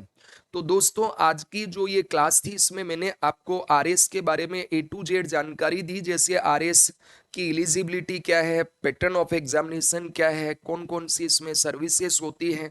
ये वीडियो आपको कैसा लगा, इसके बारे में आप फीडबैक में मुझे बताइए। विशेषकर मेरा ऑब्जेक्टिव था कि जो 10th और 12th पास बच्चे होते हैं, उनको आरएस के बारे में सारी जानकारी हो जाए। यहाँ तक कि जो कॉलेज पास कर चुके हैं, उनको भी इसकी जानकारी प्रॉपर नहीं होती। और वे पेरेंट्स, माता पिता, जो इस टेंशन में रहते हैं कि बच्चे को आरएस की तैयारी करानी है, पर क्या पढ़ूं, कैसे पढ़ाऊं, इसका कुछ जानकारी नहीं है, उनके लिए ये वीडियो बहुत महत्वपूर्ण होगा। तो आपका कोई भी अगर क्वेश्चन है तो आप मुझसे पूछ सकते हैं। किसी भी तरह का आपको कोई डाउट हो तो आप कमेंट लिखिए, मैं आपके प्रश्नों का उत्तर आपको जरूर दूंगा। और उसके बाद में आप से भी गुजारिश है कि आप मेरे इस वीडियो को ज्यादा से ज्यादा शेयर कीजिए, लाइक कीजिए। और मेरे चैनल को भी आप दोस्तों, अपने दोस्तों तक शेयर कीजिए, ज्यादा से ज्यादा सब्सक्राइबर हों। बाकी जो वीडियो दिए हुए हैं और उनको भी आप देखिए। तो आज के लिए इतना ही काफी है। थैंक यू, खुश रहिए, नमस्ते।